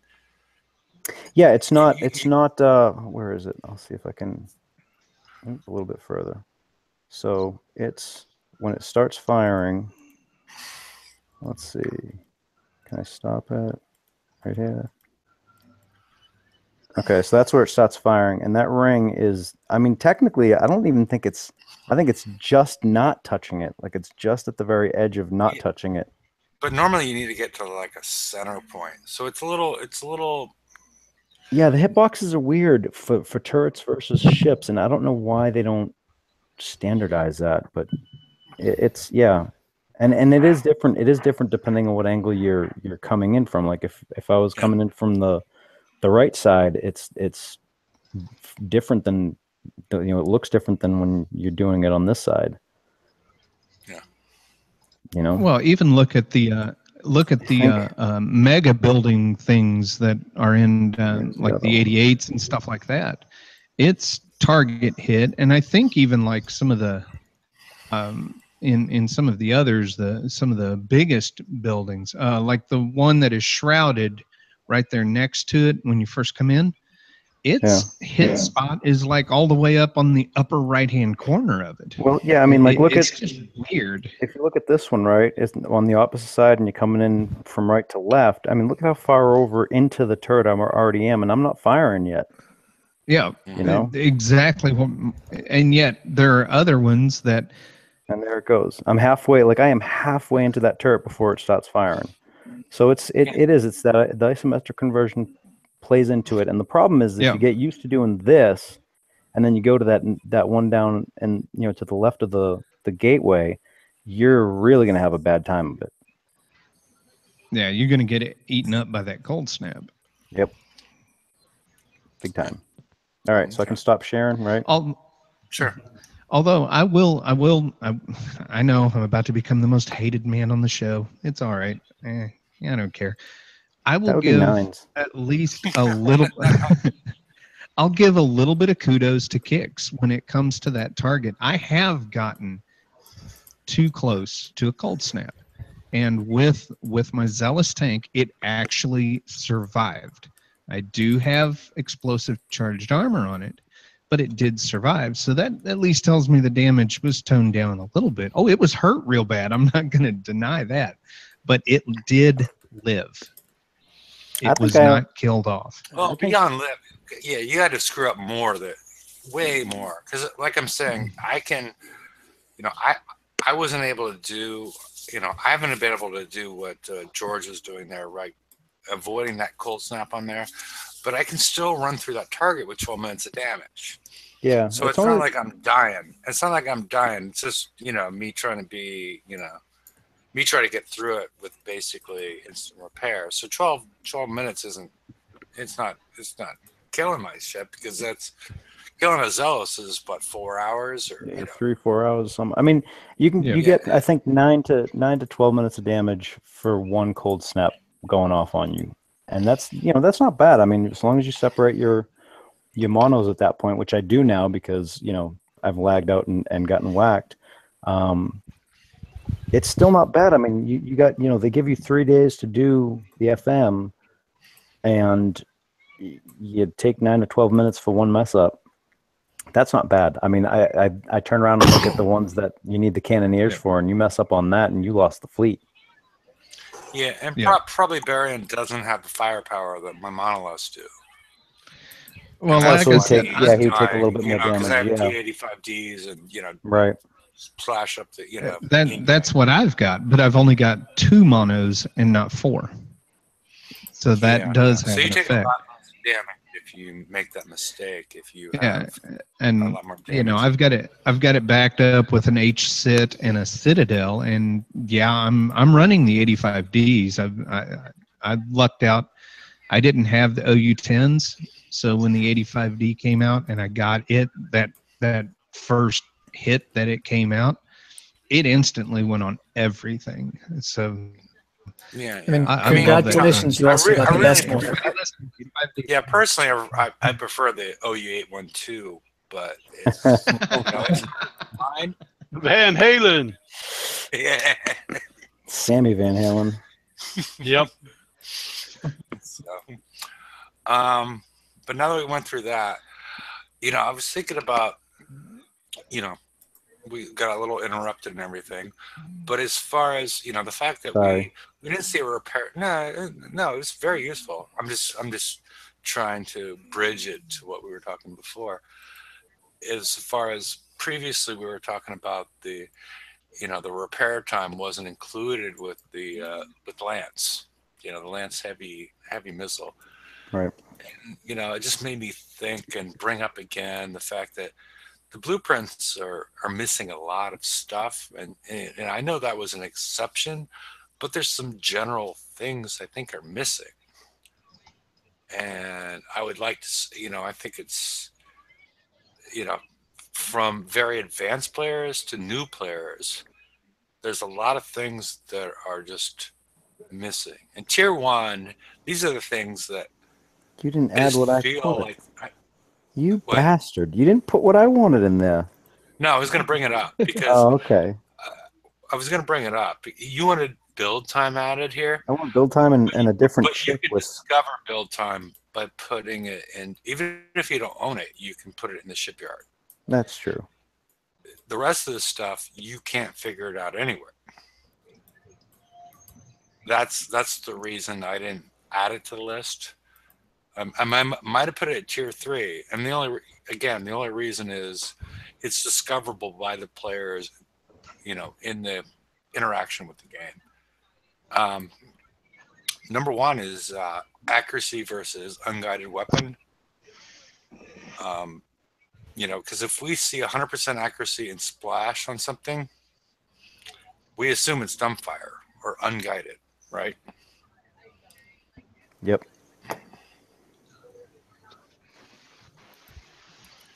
And we've seen that the newest heavy missile has that combination. 100% accuracy with splash, and we don't know. The other thing we don't know about it is its projectile speed. Yeah. And the reason I bring it up is we don't, if it has a slow, it's never going to hit those drones. It's going to be useless. I would love to see them go back and actually fix the whole dumbfire splash accuracy thing. I mean, it used to work. It used to work because we used to use it in the Typhoon raids, and it was soon after that something happened that messed it up to where like the siege cannons were dumbfire.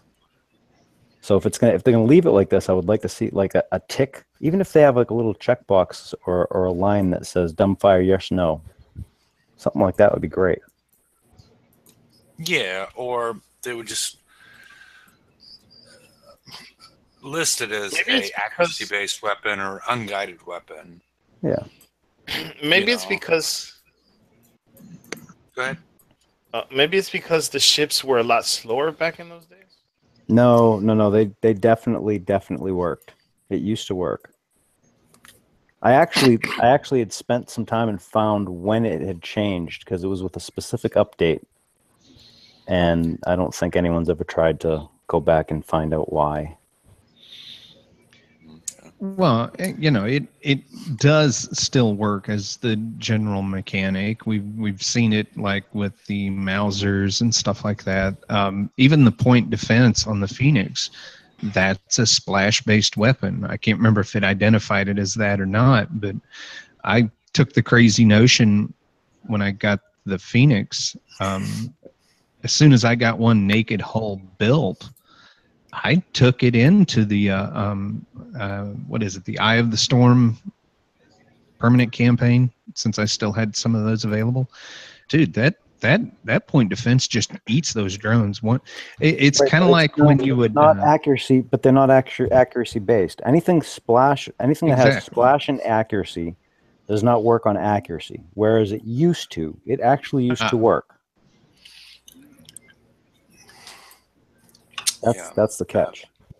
But yeah, all I'm saying is I think the players should know before they start building something that they should know, how it works.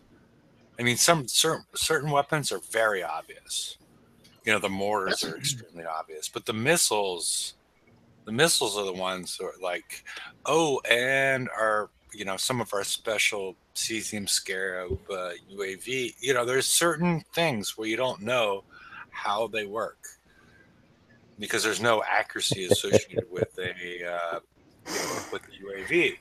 So it'd be nice. You had to bring the cesium up, didn't you? But whatever. Fucking topic, right, George? That was a good show. Yes. So I would like to see something accuracy versus unguided. I would like to see projectile speed because all the specials that we get now have a projectile speed bonus. But we don't know the base projectile speed in order to compare from one weapon to another. Right, until we put them on. Yeah, until you watch a video and then you see, that doesn't fucking work. Right? Yeah. Well, even a good example with that, I know it's going back a little bit old school, but compare like the old, like the old siege mortar versus, for instance, the negotiator. Look at the difference in the arcs between those two particular weapons. Doesn't matter how fast the projectile is going when it has to go 58,000 miles in the air and come back down. Hell, half the battle's over before the first mortar hits. Yeah, I think a better example is probably the Sloth with the huge range and then the slow projectile speed. It'd just be nice because like the Hedgehog that came out relative to the Torpid, it calls it rapid and whatnot, but we don't really, there's no way to calculate out a difference between the two. And well, they're even using the same word to mean different things on the same weapon type. For instance, they call the Searing Barrage rapid fire mortar because it's a multiple salvo. It's but as we already talked about, confusing. They called the most recent. Let me see. The Heavy Lance fires rapid missiles which do splash damage over a small area. So we got to assume that's projectile speed. Yeah. We have to assume because nothing else associated with it is rapid. So, and Well, then it could be like the difference between, for instance, the blade and the talon. Talon, which goes back to your whole projectile speed. Dear God, the blades are fast. Not, yeah, but they're not also just accuracy based. Yeah. You know, Yeah, so they're also accuracy based. it might be that fast projectile speed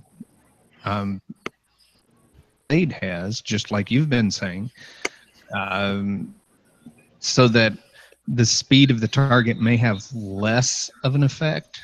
I'm not going to say it negates it because, well, I just can't do that. But you know that it would be that, like you've said, that high speed projectile instead of that real slow moving like the Talon is. Yeah, but those are both accuracy based. It's when you have splash combined with when you have splash on something. Generally, it doesn't have. If it's weapon based, if you have splash involved, it does not. It's not accuracy based. It's a what a dumbfire or unguided weapon.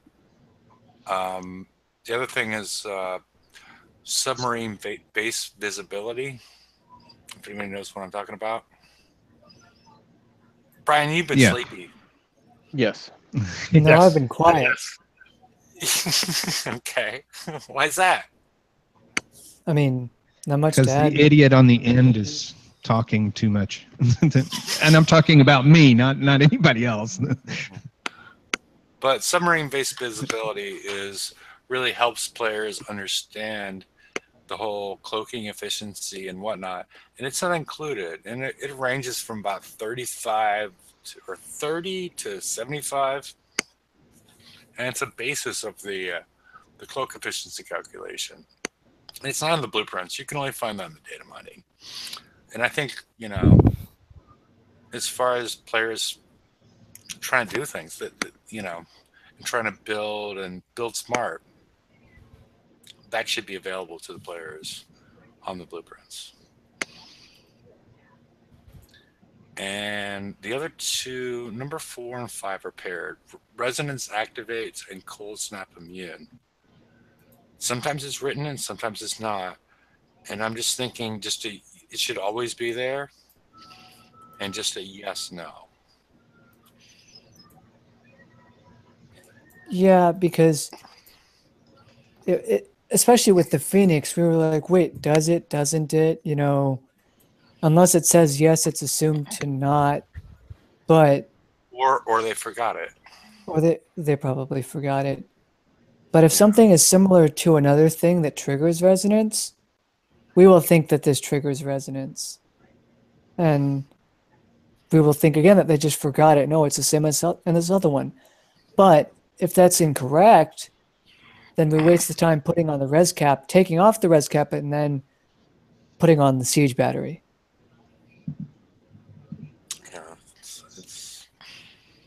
Yeah, it's confusing, especially for players new to the game.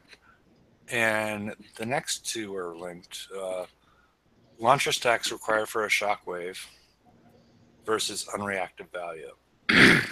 Unreactive value hasn't been put in the game in a while, but the launcher stacks, that basically means within a period of time related to unreactive value, how many times you need to hit a target in order to create a shockwave. And it's never been published.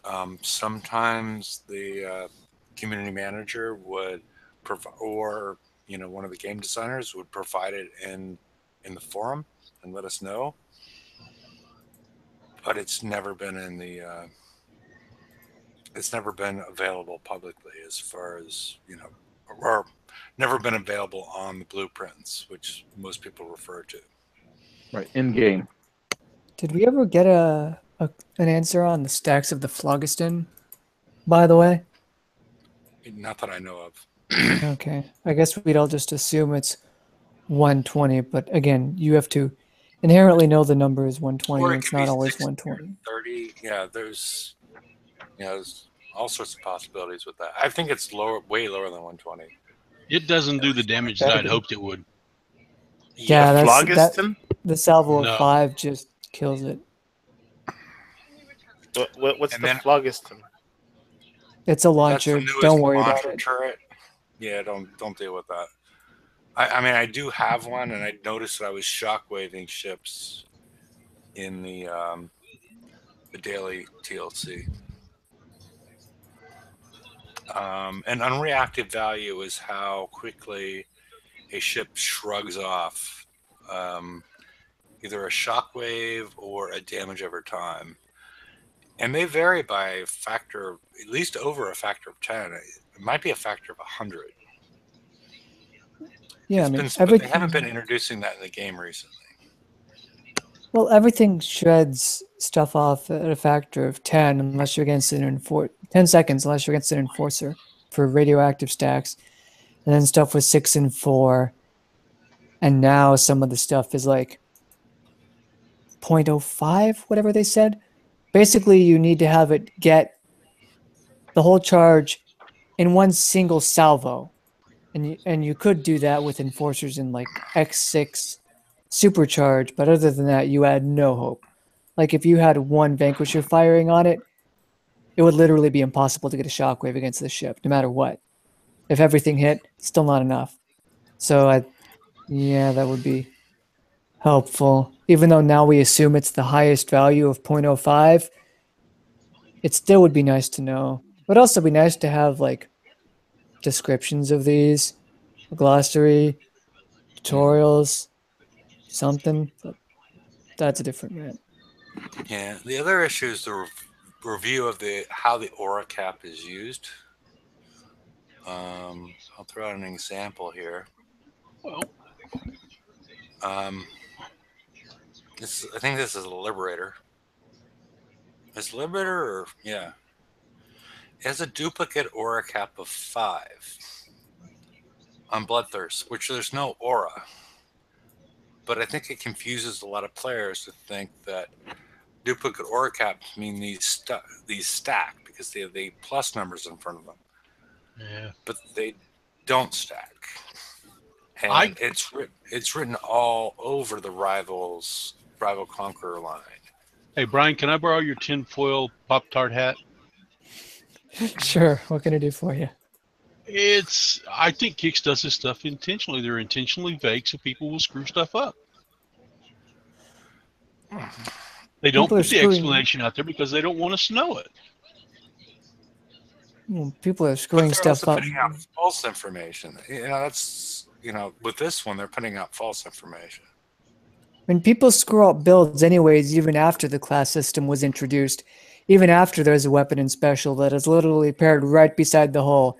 And there's still one guy every time that asks, hey, I got everything. What do I put on the Phoenix? And we all laugh at that guy.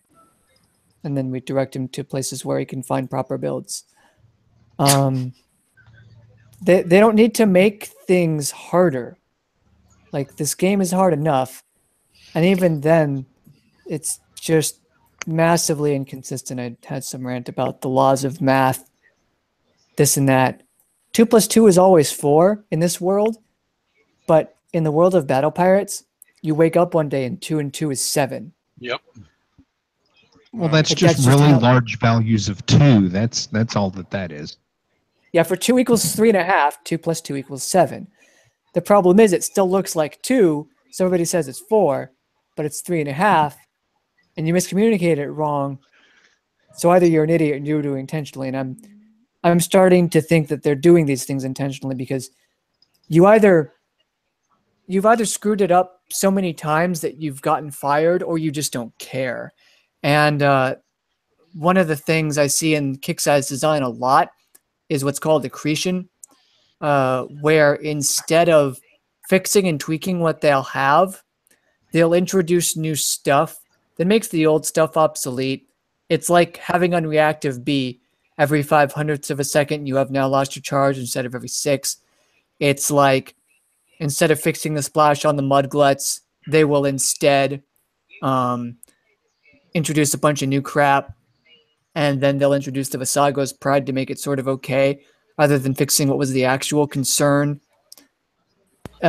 Just things like that, rather than, I think even back with the Crusader Arbalest, it didn't so much fix that as tuned everything to fight against it. And that screwed over a lot of people because the Crusader Arbalest, if I remember correctly, was doing things at a rate of 400% greater than the numbers ever predicted, which means the numbers sucked. So it's, they don't care. And it, I mean, I mentioned it back when they introduced the D85D, which is another example, instead of, well, they had fixed the OU10 by that point, and even then they released something that is inherently superior. And now they're saying they're making it intentional with an escalation weapon and special to be given throughout the lifetime of a hull. Like, they're screwing things up and they're doing it on purpose. I mean, maybe they just suck, but if you suck at your job so much for so long, why are you still there unless you're the quality of work that you're doing is what the company wants, in which case it's intentional. I mean, yeah, new guys will screw up things every now and then. And, you know, there's coding is really, really hard. Like, I'm not saying their jobs are easy, but so many things are wrong in such a density over such a time span that, yeah, I'll buy that for $1.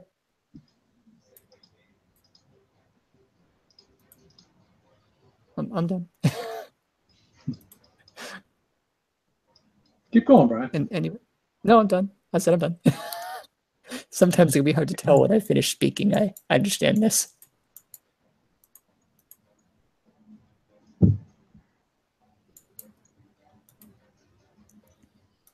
I would like to see deflection pass through, though.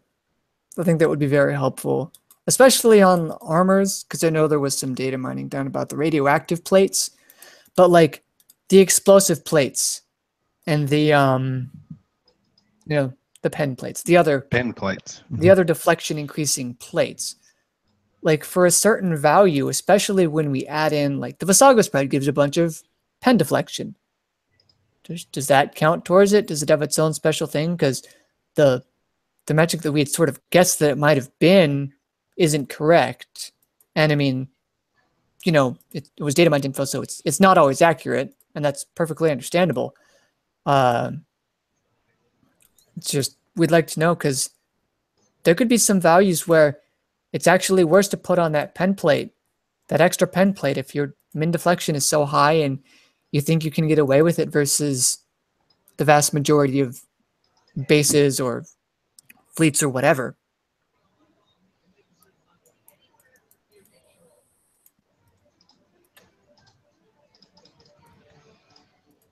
I'm trying not to talk enough to make up for that half hour I didn't say anything.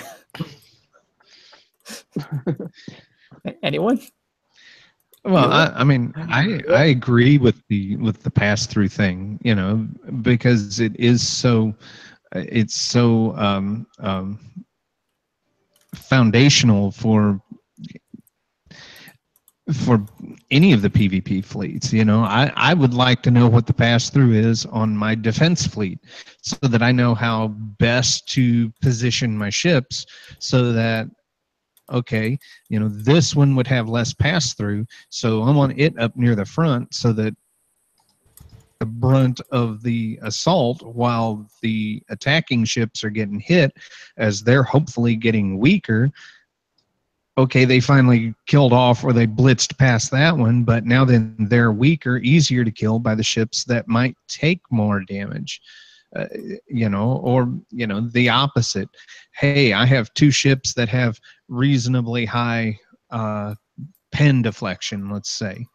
Which one do I want to tank in? Because, well, this one has 1,000 more points deflection, but every hit it's going to take 20, 30, 40, 50 more points of damage than this one that has 1,000 less, and both of them would, you know, be covered by pretty much any missile coming in.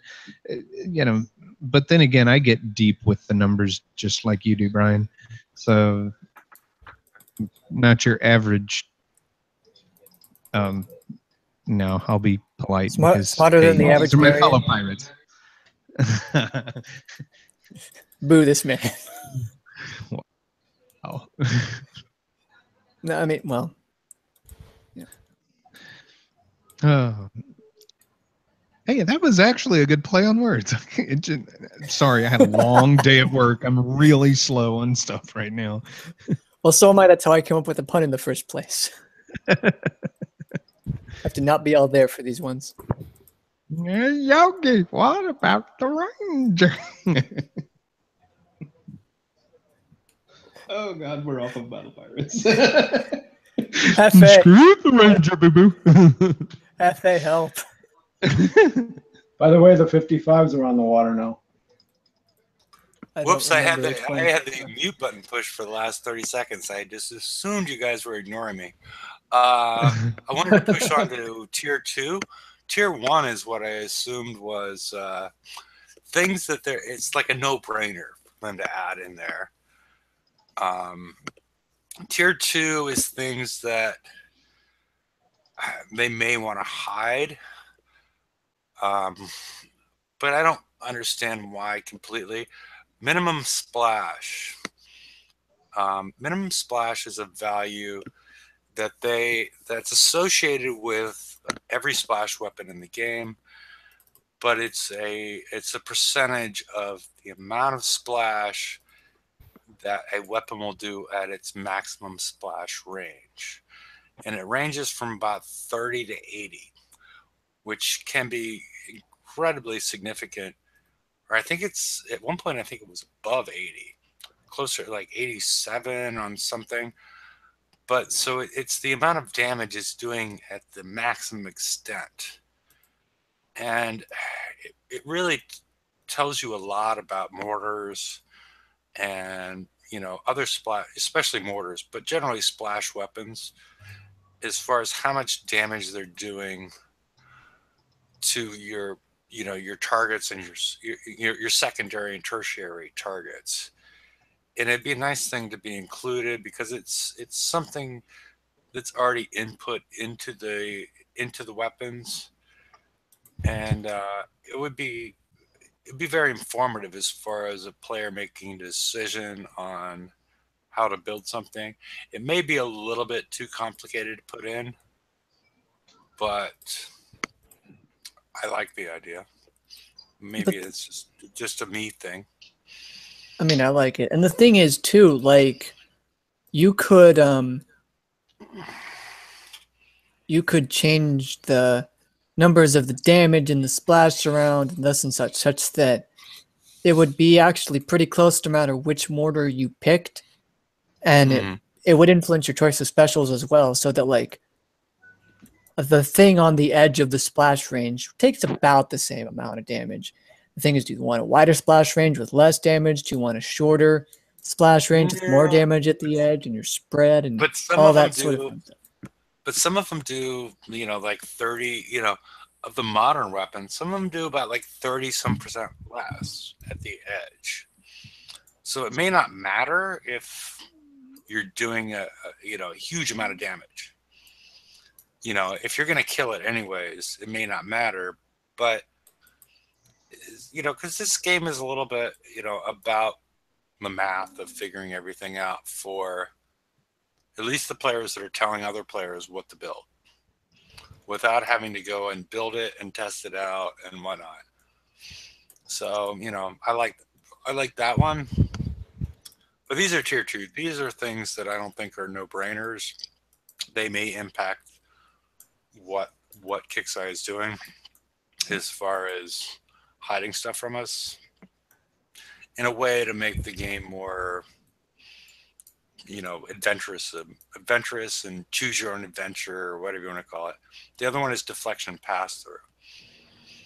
And that's probably one of the more controversial things is the amount of damage you take if you have deflection.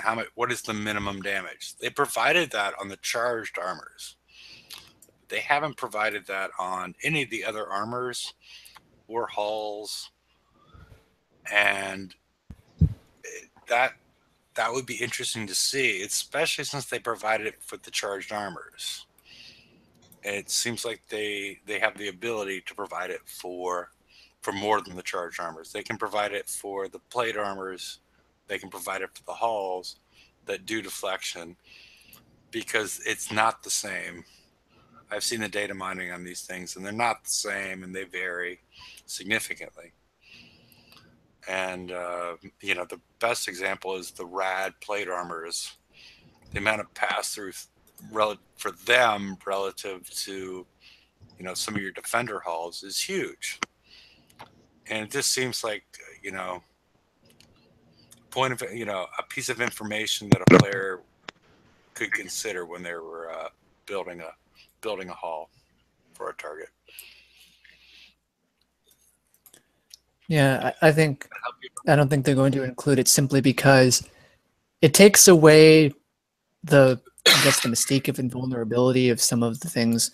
Like, what is it? The Oppressor has 90,000 ballistic deflection. Oh my god.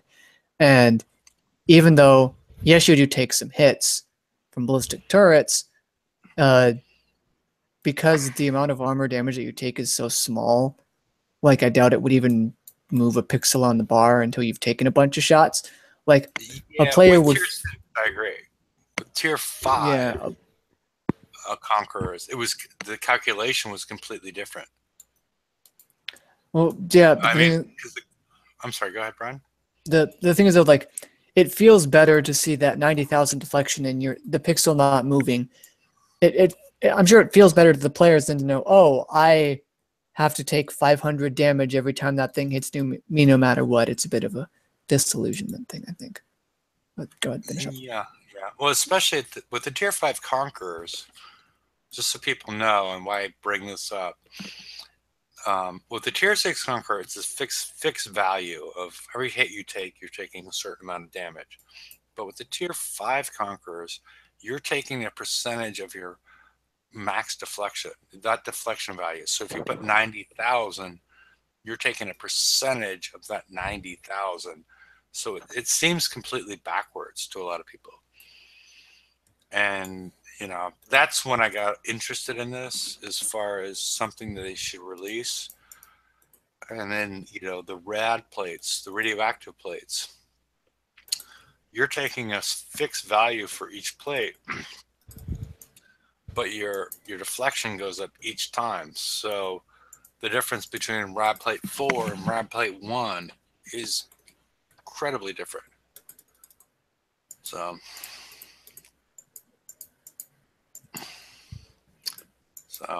anything else we got to talk about?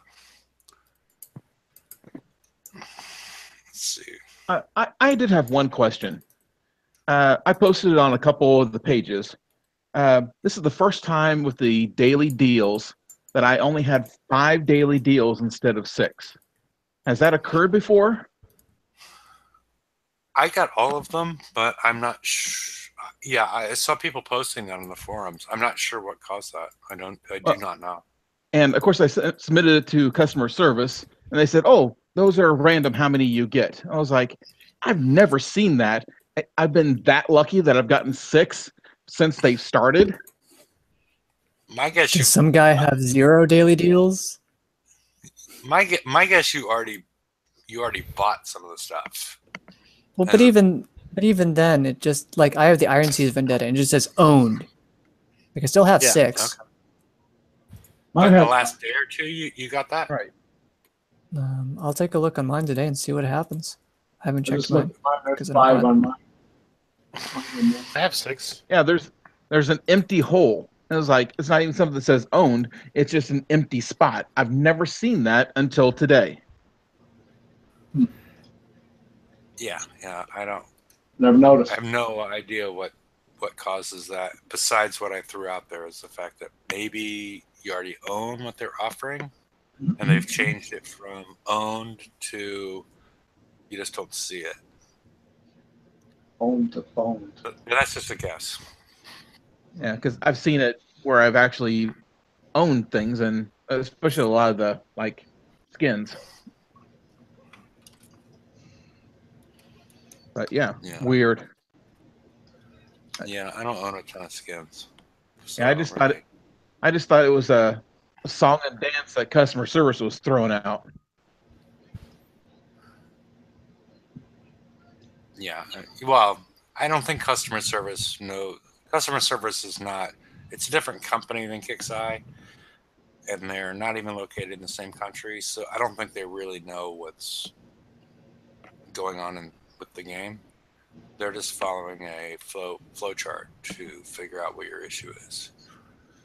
Yeah, and so that's why I was trying to get it to be submitted up a little higher to see what was going on, because it just seemed really strange. Well, I'm not sure tonight that you submitted it up any higher, but you asked I more know, people. but I did that with customer with the ticket. You know, I said, "Hey, submit this up higher and see what's going on. This is just weird." Yeah, yeah. No, I would feel the same thing if, I can't remember the last time I bought something from the shop, but I do have the True North Crusader skin just for Raptor. I'm not going to buy it, but our favorite Canadian that lives in the U.S.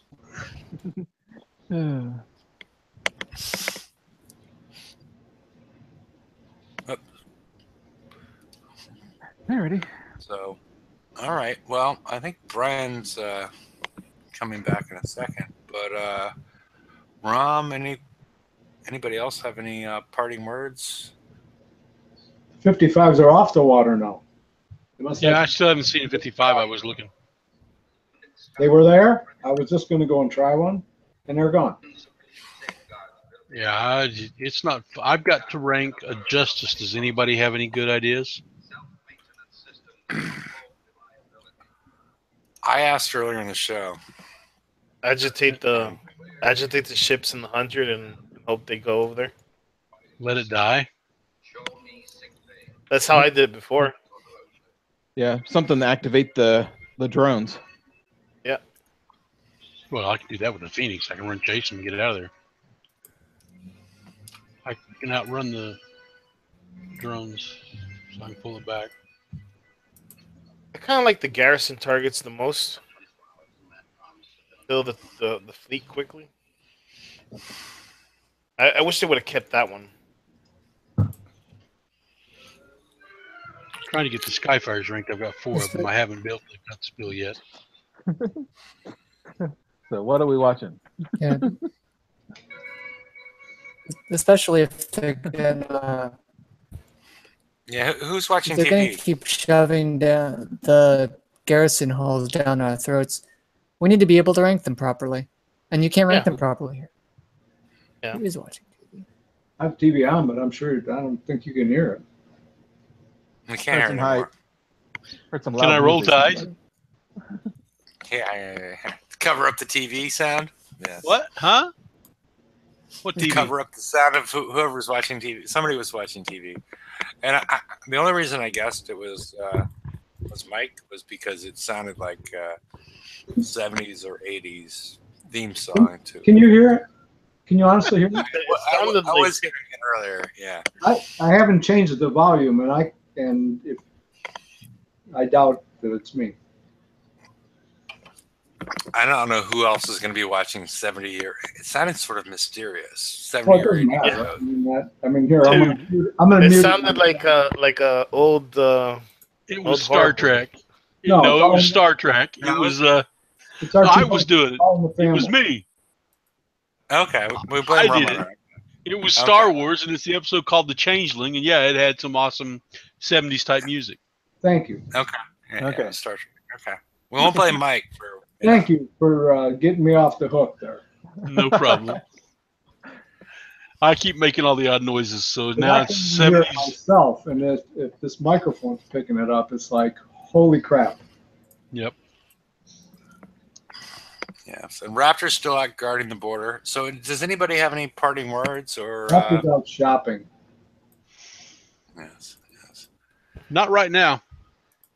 Okay. Well, I guess I can, I can end the broadcast, and anybody that would like to join us. I know. Alpha Wolf promised that he would join the after show after. Where did George go? Oh, he left a while ago. Oh, Raptor is out guarding the border. Oh, I didn't realize. Yeah. Vermont's the new border. That's where we're going to start building the wall. We're going to give up on Maine. Oh no, We're wait, gonna they've give got up good on me. setup. He was out shopping for the stuff to start building the wall. Yeah. That's what it was. Yeah. Only so they can tunnel in to LeBlat's Blue. Because he bought a new truck. Below the board. He probably filled the back of his truck with LeBlat's Blue. So while he still could get it. Vermont's looking for socialists, from what I hear. They don't want the Canadians. Well, yeah. I mean, the Canadian. Okay. I don't even know. So, does anybody have any parting words? If not, I will post the link to the after show. We've been going for 131 minutes. So, Not a record.